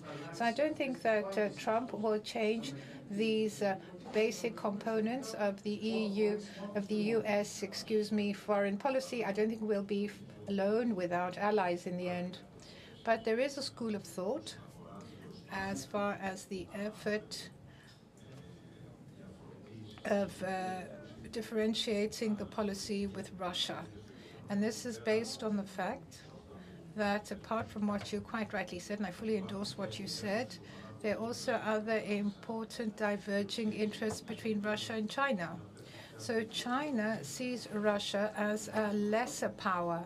Even its policy in Ukraine is, if you like, it's weakening the role of Russia because of what's happening in Ukraine. But generally speaking, Trump's policy will bring about changes. So let us wait and see. Let's just wait and see. Now we've run out of time, but just one final word. If Russia moves, it will move by 10 to 20%. There won't be such a big change.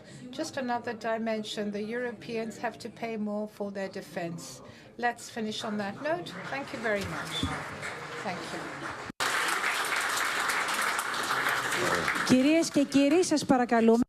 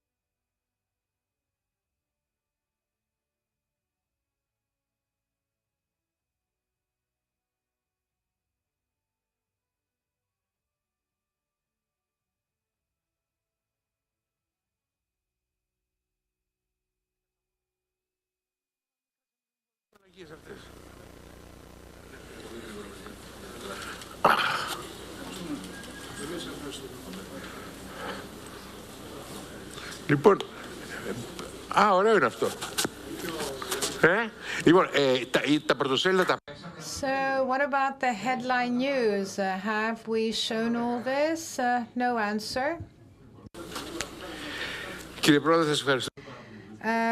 President, thank you very much on behalf of our newspaper, on behalf of the Council of International Relations and the Delphi Economic Forum, the three organizers of this conference.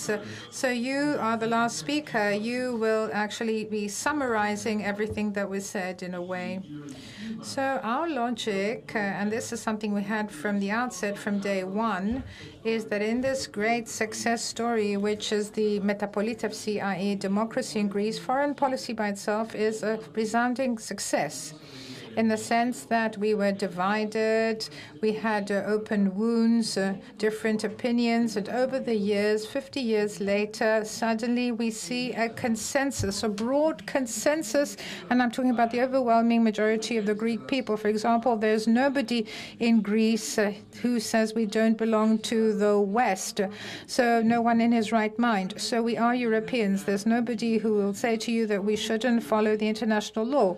We do. So we are not crooks, and nobody says that Greece should become a belligerent, if you like, neighbor, carrying guns and fighting with its neighbors.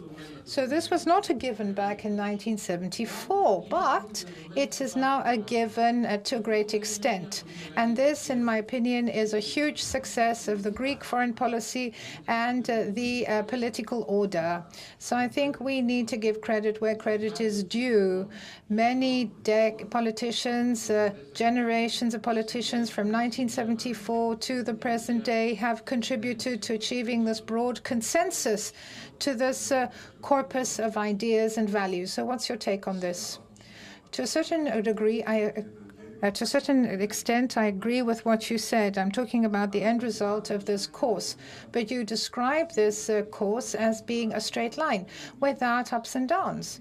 But I believe this is not the case. If you look at the details, if you look at what happened in the different decades which make up this 50-year period from Metapolitevsi to the present day. For example, in the 1980s, our country experimented with third world ideas without having recognized the state of Israel. So in the past decade, we flirted. Let me remind you that this time, 10 years ago, we had the election of the President of the Republic, and then a decision had been made by the opposition to topple the government at the time and to drag the country to elections and to follow. Then we had the terrible 6 months of 2015 where Greece was on the brink of running aground and being outside the euro and outside the European Union. And of course, this course was one of gradual maturation. We saw that the political system became gradually mature. I have the honor of representing a political party, and I'm head of this political party. So this political party did not change its positions. It was always pro-Western. Now, as to the identity, if you like, not of whether we belong to the West, but we are part of the West, and the fact that we are dedicated to multilateral collaboration, international law, and we believed in the European Union and our future in the European Union. So there were other political parties who actually contested all of these achievements, but they were able to adjust, and this is a positive achievement. And now, if you accept certain political parties, the core of political parties with some degrees of differentiation espouse the values that you and I mentioned. And now, in the 50th anniversary, this is a key. This is a success which we must recognize. And let me say that this is often reflected not in political statements and announcements. And it's very easy for one to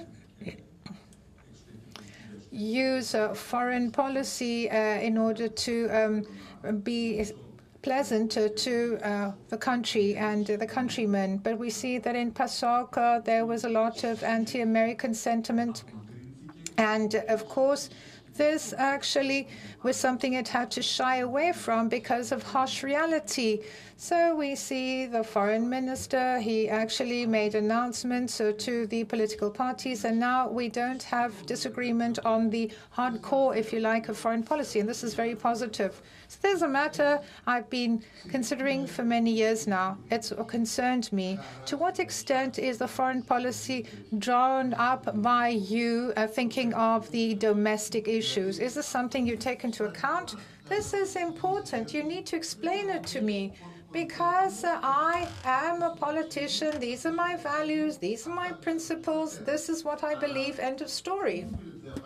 Και μια δημοσκόπηση, παραδείγματος χάρη, παρακολουθούσαμε σήμερα έναν τον πρώην Πρωθυπουργό, τον κύριο So don't tell me that you remember what happened with Mr. Tsipras, and he said there were some people that were against the Prespas agreement, but it's not that his political opponents were against it, it's the overwhelming majority of the Greek people. Do we take this into account, yes or no?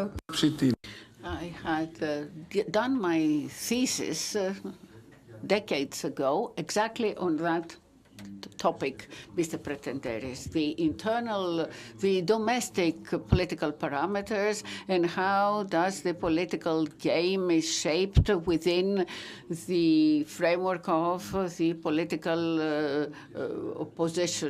opponents. What do we do in order to strengthen the position of domestic position of a political party. The truth is that some political parties have exercise this commitment to the values and principles of the foreign policy in a way that is more, let's say, coherent than others. We, for example, as a government, we were clearly on the side of Ukraine after the Russian invasion to Ukraine about 2.5 years ago. We were aware that this was a position that was not very popular among the Greek public opinion for different reasons, historic, religious, or social, but we were able to clearly explain our position. And although the surveys, the opinion polls at the time may showed certain results, other choices that require some political courage may become popular. The same happened when we closed the borders at Evros. That was obviously popular, but it was not the reason that we did it. It was the right thing to do. And this was a choice that was supported by all of the Greek people. But were we able to do it? Would we be effective? That was the question. So we are being judged on the basis of the effectiveness and not the popularity of our policies. Now, as regards Ukraine and the Greek-Turkish relations, starting from Ukraine, we are experiencing two wars, and Ukraine, Middle East, and one uncertainty. And we have a new president elected in the United States. So my question is, are you concerned by this a bit cloudy, let's say, put it that way, international environment? Listen, I believe that nowadays we are at the end of a great historic cycle or at the beginning of a new one. I remember I was used to discuss this with my children, and I was trying to interpret the pessimism which I see especially among younger people. And I realized that in the 90s, when I was graduating from university, when the Berlin Wall was falling, the situation was very different. Everything seemed optimistic, freedom, democracy had prevailed, everything was possible, the end of history, this, that, the other. And all the past problems would not have a place in the new world that was opening in front of us. There are some stable points which still remain, though. For instance, Greece, at this point in time, is not the country that was 5 years ago, when ever since I had the responsibility of the country. It is a stronger country it has a better economy, that is. Geopolitically, it's in a better place because we have strengthened traditional alliances and created new ones. It is a country whose say counts more in Europe, participates in the shaping of the future European agenda, and we have been using our soft power by building a new image of a modern country that is proud of its past, but is able to look at the future with optimism. Why? Because we cannot, why I'm saying all this, because any serious foreign policy is a policy that makes Greeks feel more safer. We need to invest in the armed forces, but we have to be able to finance it. I find it hard to believe what the boundary is between I get involved and I don't get involved, or I am engaged and not engaged. So we keep hearing that Europe gets involved in the Middle East and Ukraine, whereas it didn't need to do so. And this actually extends to the government of the member states of the EU. But how can a continent say that it's not going to take part in what's happening around it? But the war in Ukraine concerns Europe directly. For the first time, we have a war in Europe. Since 1945, this has been a first, with, of course, the exception of Yugoslavia and the Turkish invasion in Cyprus. Well, Yugoslavia, there was a war there, so it was a civil war.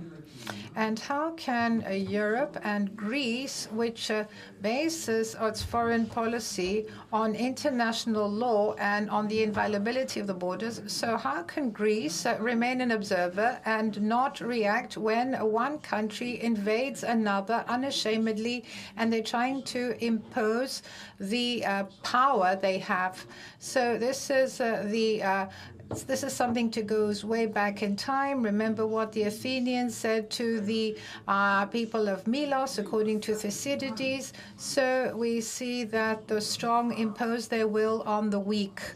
So, of course, this concerns us, the invasion of Russia. And here you also talked about instability. And let me say something about that, because one of the constant things in European defense is that we always had the US that ensure our security, and we pay a lot to NATO in order to sleep without worries. And when President Trump, for the first time, held the Europeans accountable, and when he said, you have to face your responsibilities back in 2017, that's what he said, I can't pay, and because you're not actually spending 2% of the GDP on defense expenditure.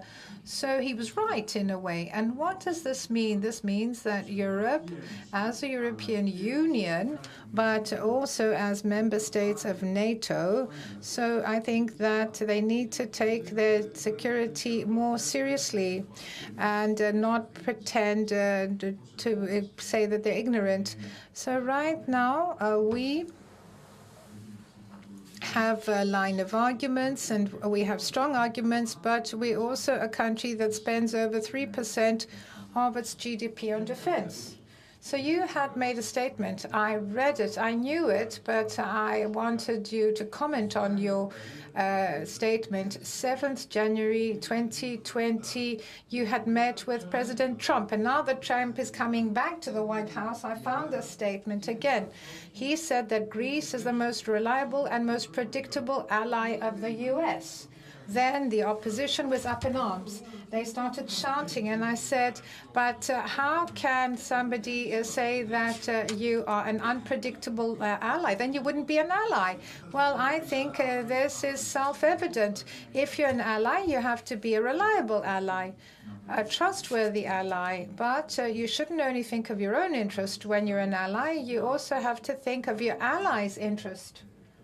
And let me remind you that whenever Greece, at other times, well, Greece was great. Why was it great? Because it was able to include Greek priorities into a broader group of geopolitical events and developments. And let me just give you the example of Alexandroupoli. So up until 2019, what was Alexandroupoli? How was it important geopolitically then? And why is it so important now? Of course, this is to the benefit of NATO and the US, but it's also to the benefit of our country, of Greece.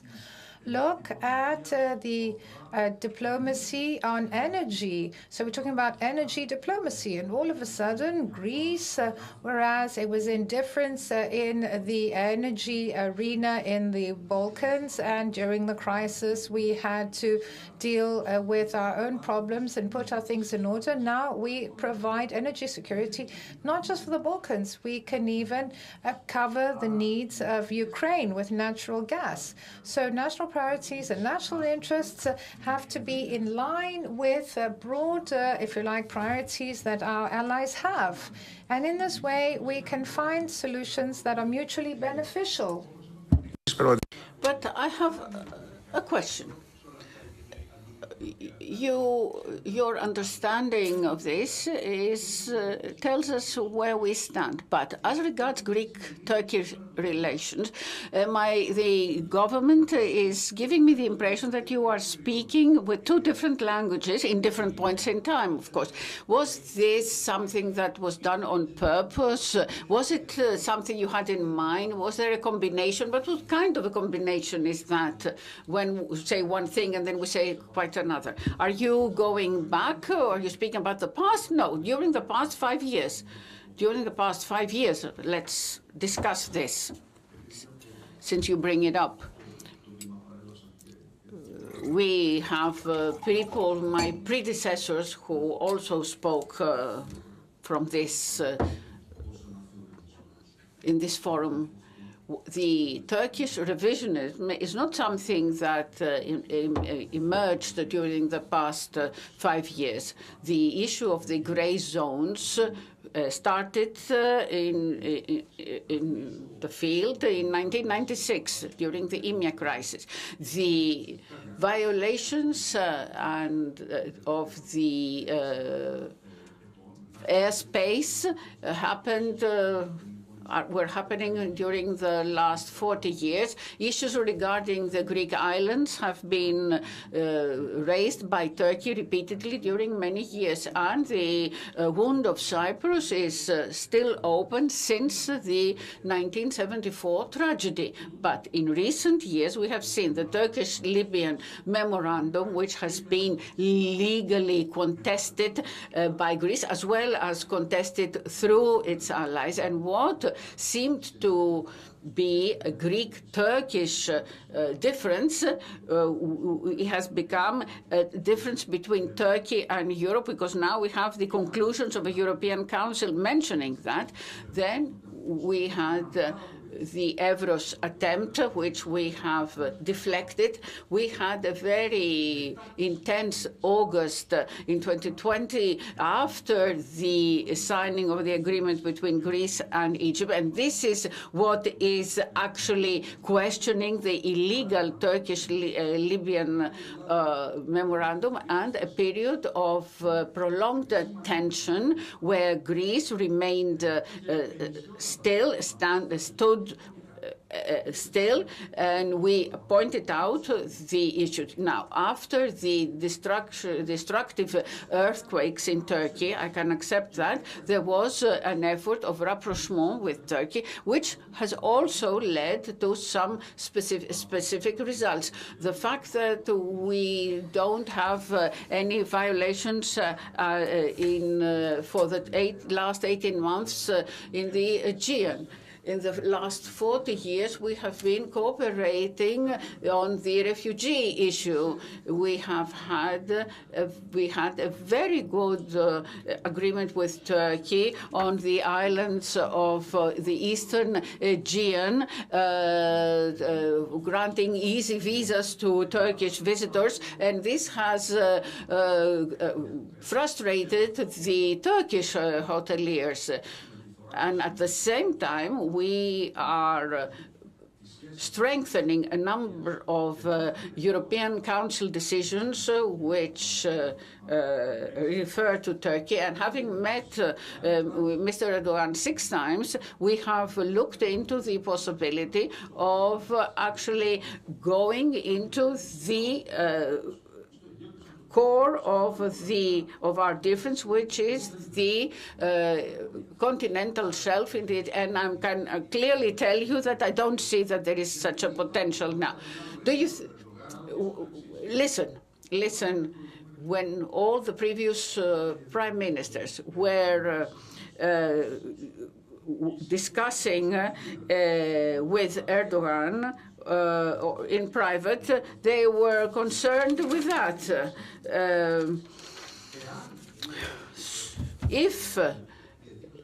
But let me point out a difference. We heard that the previous dialogue was done at the level of experts. Now we are talking at the level of ministers. I don't know if this is an essential, a big difference, but we never discussed. Ministers never discussed these issues, and this is something that our foreign policy has conquered, that this is the difference we've had with Turkey. Any other issues brought by Turkey on the table, Greece is not willing to discuss. And it is very strange how this position is being presented differently by others who want to present this government as less patriotic, more compliant, in an effort to constantly reproduce these stereotypes which concern part of the public opinion. What does the Greek public opinion want? They want security, they want to live peacefully, and I believe that despite any differences they might have, Greek citizens believe that they can go to bed feeling safe.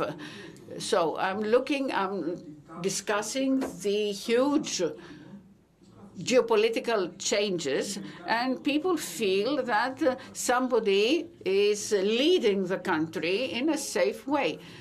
And this is a position that can be actually confirmed. So let's leave that aside. So you actually say that you've discussed things with the Turks, there's nothing further to discuss, and we will stop at this point.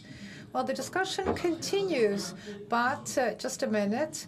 Let us agree that we can disagree, but in a civilized manner. This is important. I have been handling times when the Greek armed forces were always remaining vigilant and in a state of preparedness. If we needed to do it, we'd repeat it. But I hope this won't happen again, and I believe that we can all agree on that. So we have to behave in a civilized manner. And because you are open-minded, you know how many countries have open differences, but they still work together? For example, the US and Canada. I'm not saying that what we are faced with is not significant, but I don't think that our dispute on these matters should not lead to tension. This is the policy that I promote. Now, if there were a tension, Greece would be ready to retaliate, to respond, but we hope that we won't have to go through this again. We don't want to have escalations like the ones I managed in 2020. So what I will take away is that we agree, but in a civilized manner. So now let us move on.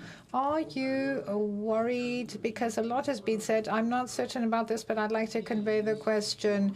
Do you think that Turkey's role is strengthened because of the developments in Ukraine and the Middle East? Is the government taking this on board? Do you think that Turkey has become much stronger compared to us? Well, that's very relative, meaning when you say that it's becoming stronger, that it's being strengthened in a very fluid environment where it is too early to come to conclusions before the dust settles.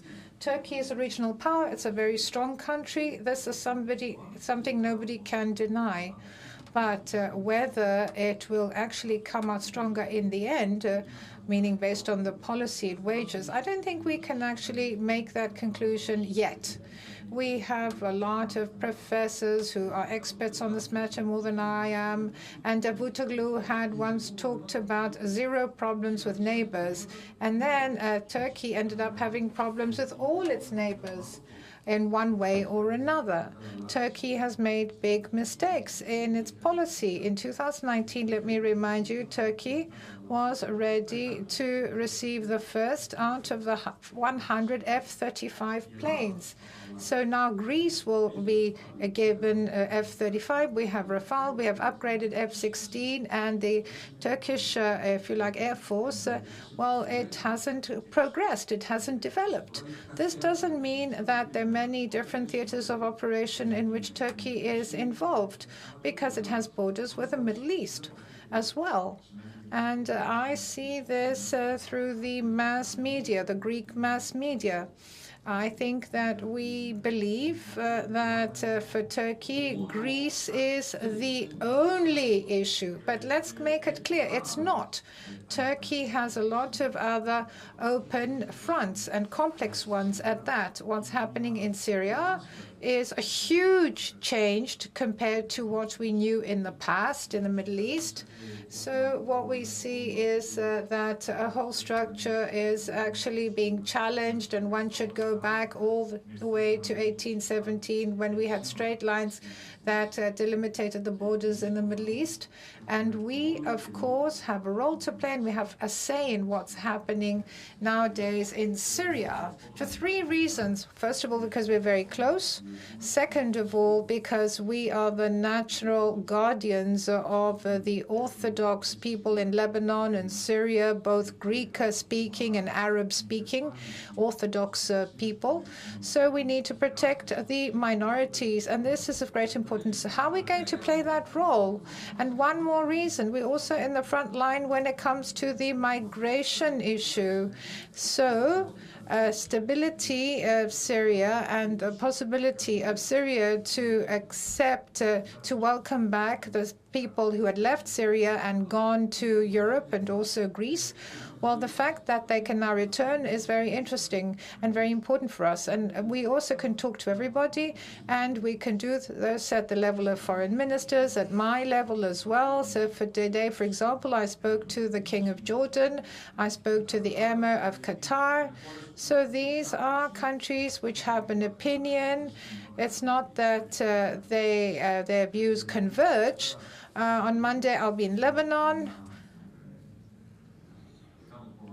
in order for me to pay this visit, which is scheduled. So I went to Lebanon when Syria hadn't collapsed. So now we see that this is a very important trip, not only to find out what's happening in Lebanon, but also in Syria. And also within the EU, rest assured that our voice is heard, whether we talk about the communication with the President of the European Commission and she will be in Turkey next week. We're also talking about the President of the Council and the representative, the higher representative. So who is Turkey talking to? Have you finally come to a conclusion?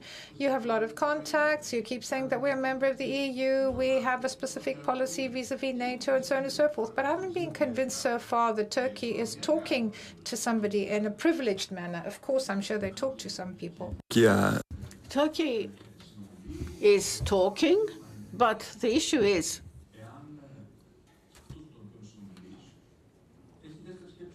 whether your interlocutor is having second thoughts and you are not sure, they're not sure of what you're trying to achieve. In the case of Greece, everything is very clear to all. So there is no any hidden agenda or double agenda. Therefore, this gives points to our credibility, and it is also useful to the American administration. There haven't been many ministers and presidents of the European Council that have been able to have contact with President Trump. I'm among those because I'm one of the older. But as regards President Trump, we have done many things, institutional steps in order to strengthen Greek-American relations, over and above the defense cooperation, which has been extended for another 50 years, the further penetration of American corporations. This is another aspect of the foreign policy.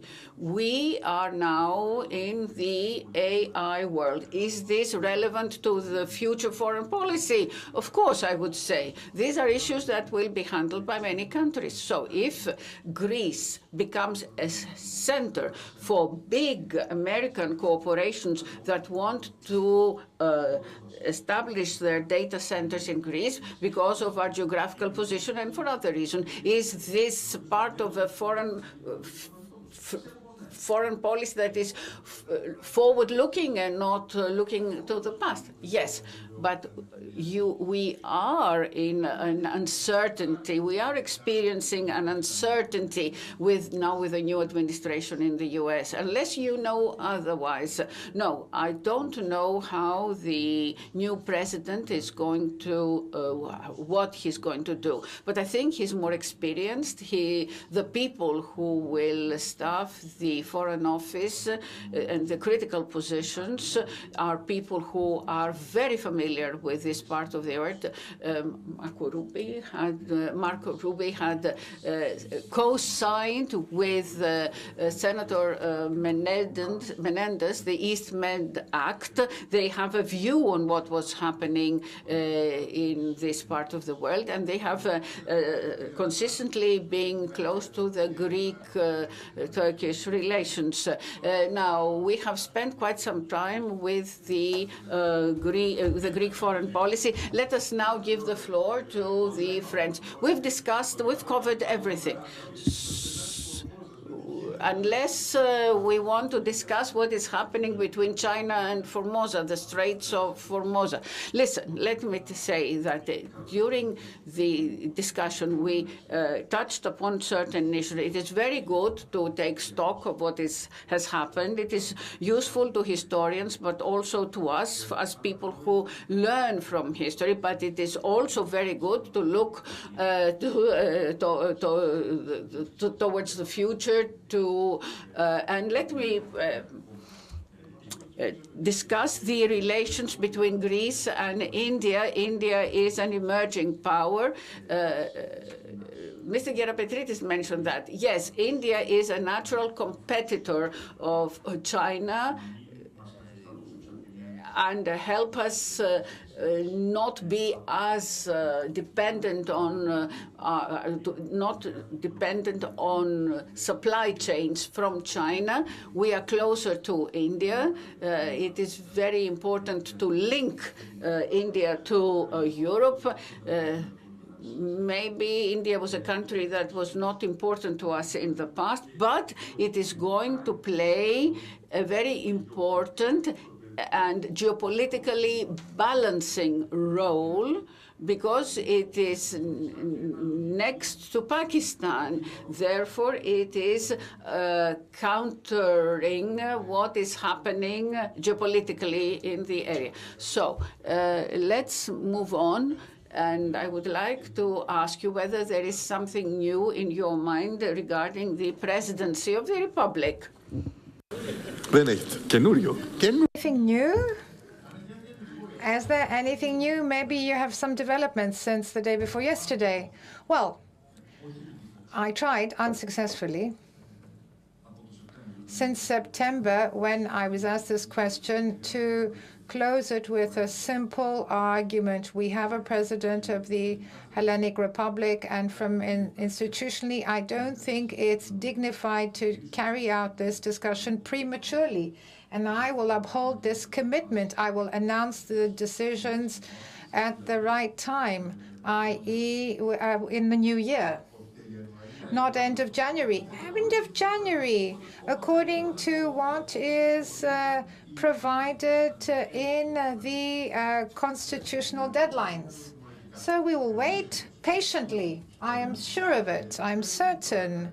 Now, tell me one other thing. I heard accusations by your predecessors even that new democracy is changing, that it's undergoing a mutation.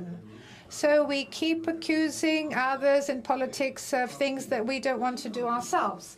But I've been hearing this, that it's undergoing a mutation. Do you feel that your new democracy, the one you are the leader of, is very different from that of your father, of Kostas Karamanlis, Antonis Samaras, and your predecessors? The answer is yes, obviously.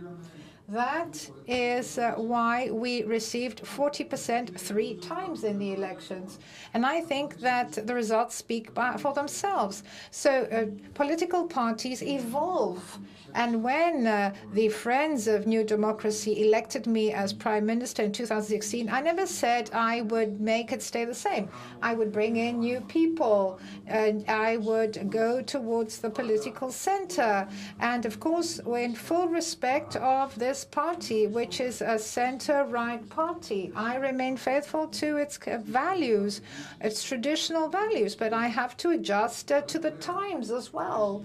And these discussions are fine, but it's the final score that matters in the end, because you talked about football. So what we did, our policy, has been vindicated 3 times. And in 2023, we had 2 successive elections back to back. And nobody prior to 2023 had believed that we as a party could claim once again its majority, because we have absolute majority. And of course, there is fatigue. We are in the 6th year of government, and we still are the dominant force, politically speaking.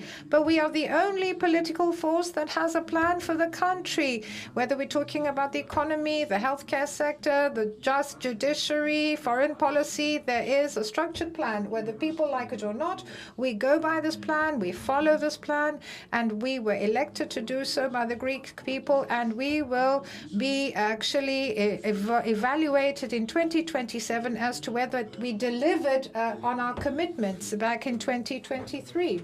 You were right in saying that the score counts. The polls give you the first place by far, but they are not what they used to be. They're not as good as they used. Will you be able to withstand this during the next 2.5 years? I know that you have said that the next election will happen in 2027. So is this a pace with which the new democracy can go on governing for the next 2.5 years?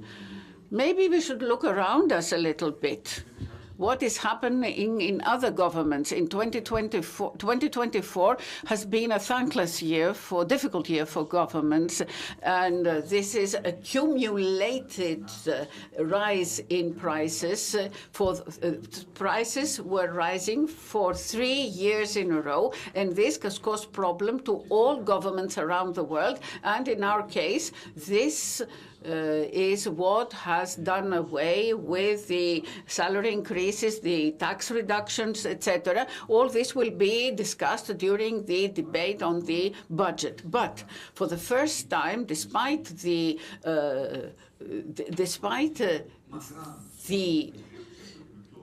wear and tear, our party is still high. We have a very good polling results. Even before 23, the polls could never make us think that could not preempt the electoral result. We were if we were to bet whether new democracy government is going to be self-reliant, most probably the answer would be no. And better things are coming. Better things are coming. I see that people are optimistic because we know that inflation is slowing down while salaries are going to increase and taxes will continue to fall. The finances of the households will improve. Every coming year is going to be better than the previous one, although this is not obvious now. So I deduce from what you said that you continue to believe in a self-reliant government.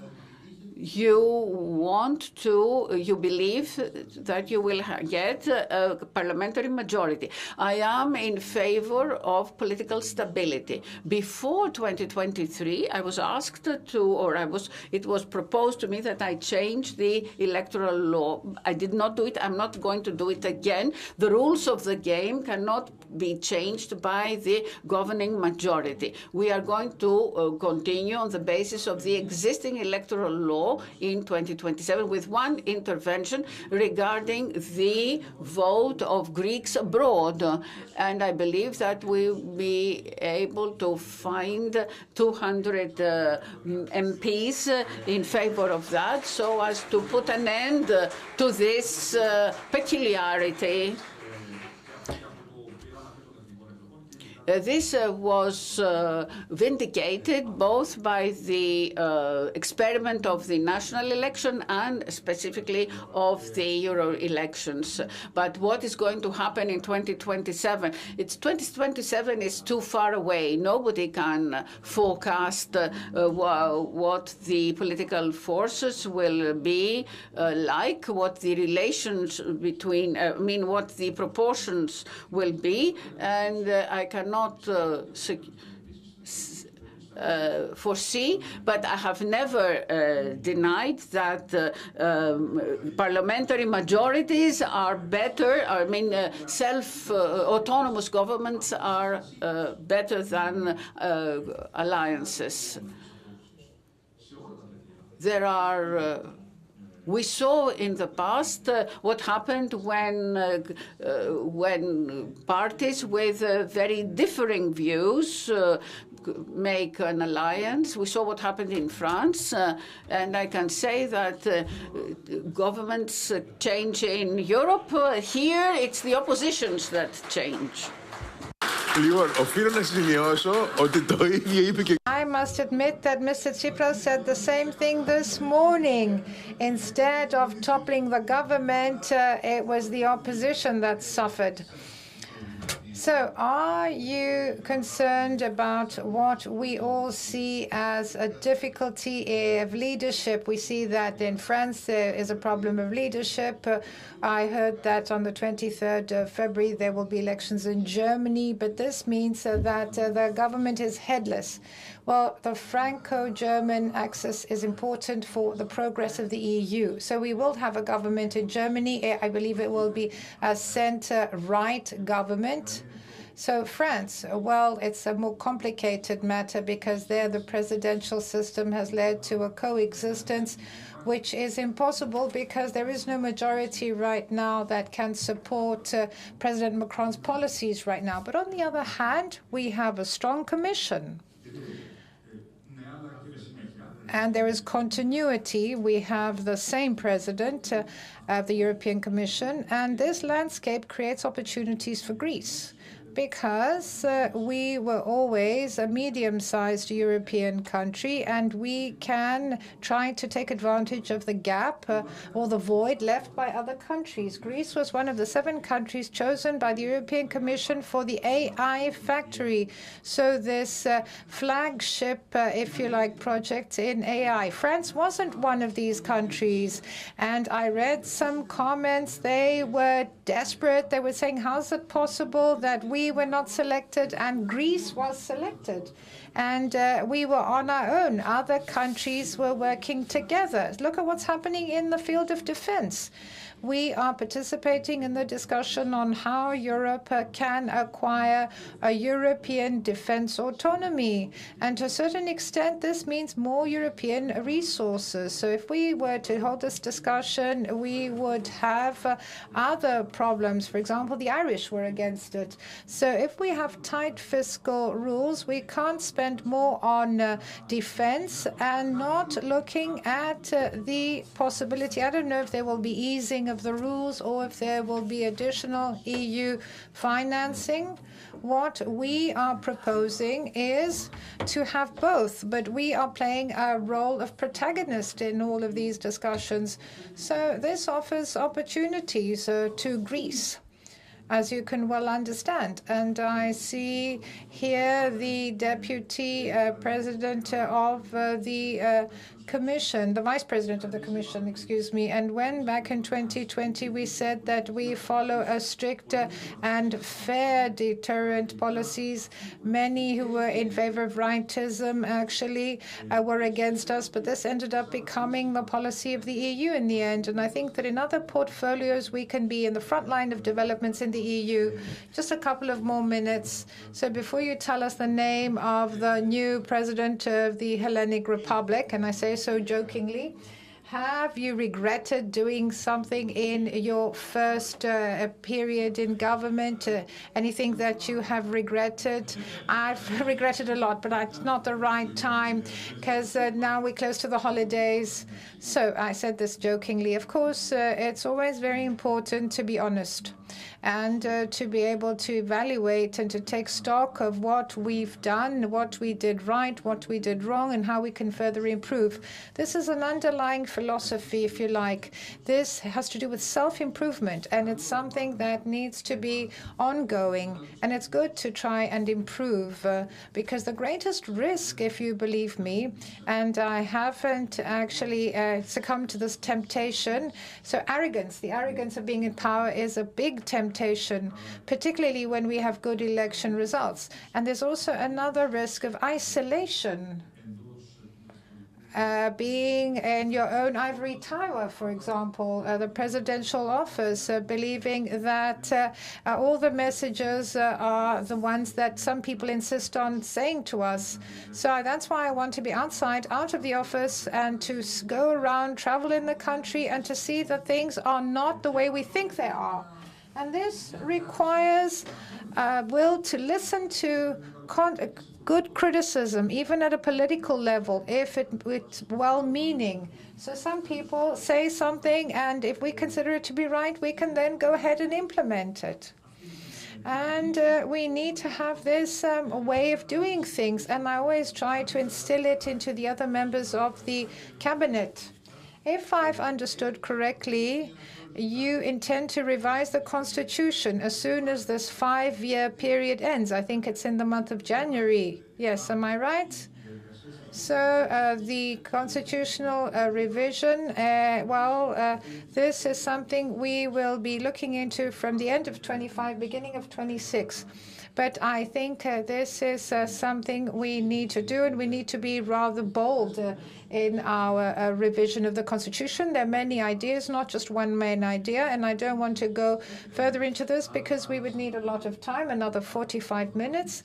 But let me remind you that the revisionary process requires broad consensus. And because as an MP I participated in such committees, it's not easy. So we have a fragmented parliament. where there's a lot of tension, there's populism, there are a lot of loud voices. So I don't think that this can help. But 180 votes from the MPs, I think we can raise this number of votes. And I believe that there are parties, just like in the revision of 2001, people will be able to live up to the expectations, and we can agree, if not on anything else, on the articles that we want to be revised. So we're talking about the revision taking place end of 25, beginning of 26. I have nothing further to ask you right now. I could at a later point in time, so thank you very much for coming. Thank you for being so polite and answering all our questions, and happy holidays, Merry Christmas, and let me just thank the Delphi Forum, Simeon Tsomokos, and the Council of International Relations, Mr. Platias. Thank you for working with VIMA to organize this conference. And to be honest, I personally felt a great joy to have participated in this conference. We had lovely discussions. So let me thank all of you for coming to attend, those who participated, those who spoke at the conference, those who wrote about the conference, and so on and so forth, those who came to attend it. Let me, after the President, wish you Merry Christmas and a Happy New Year. And who's the President now? Just tell us. Merry Christmas.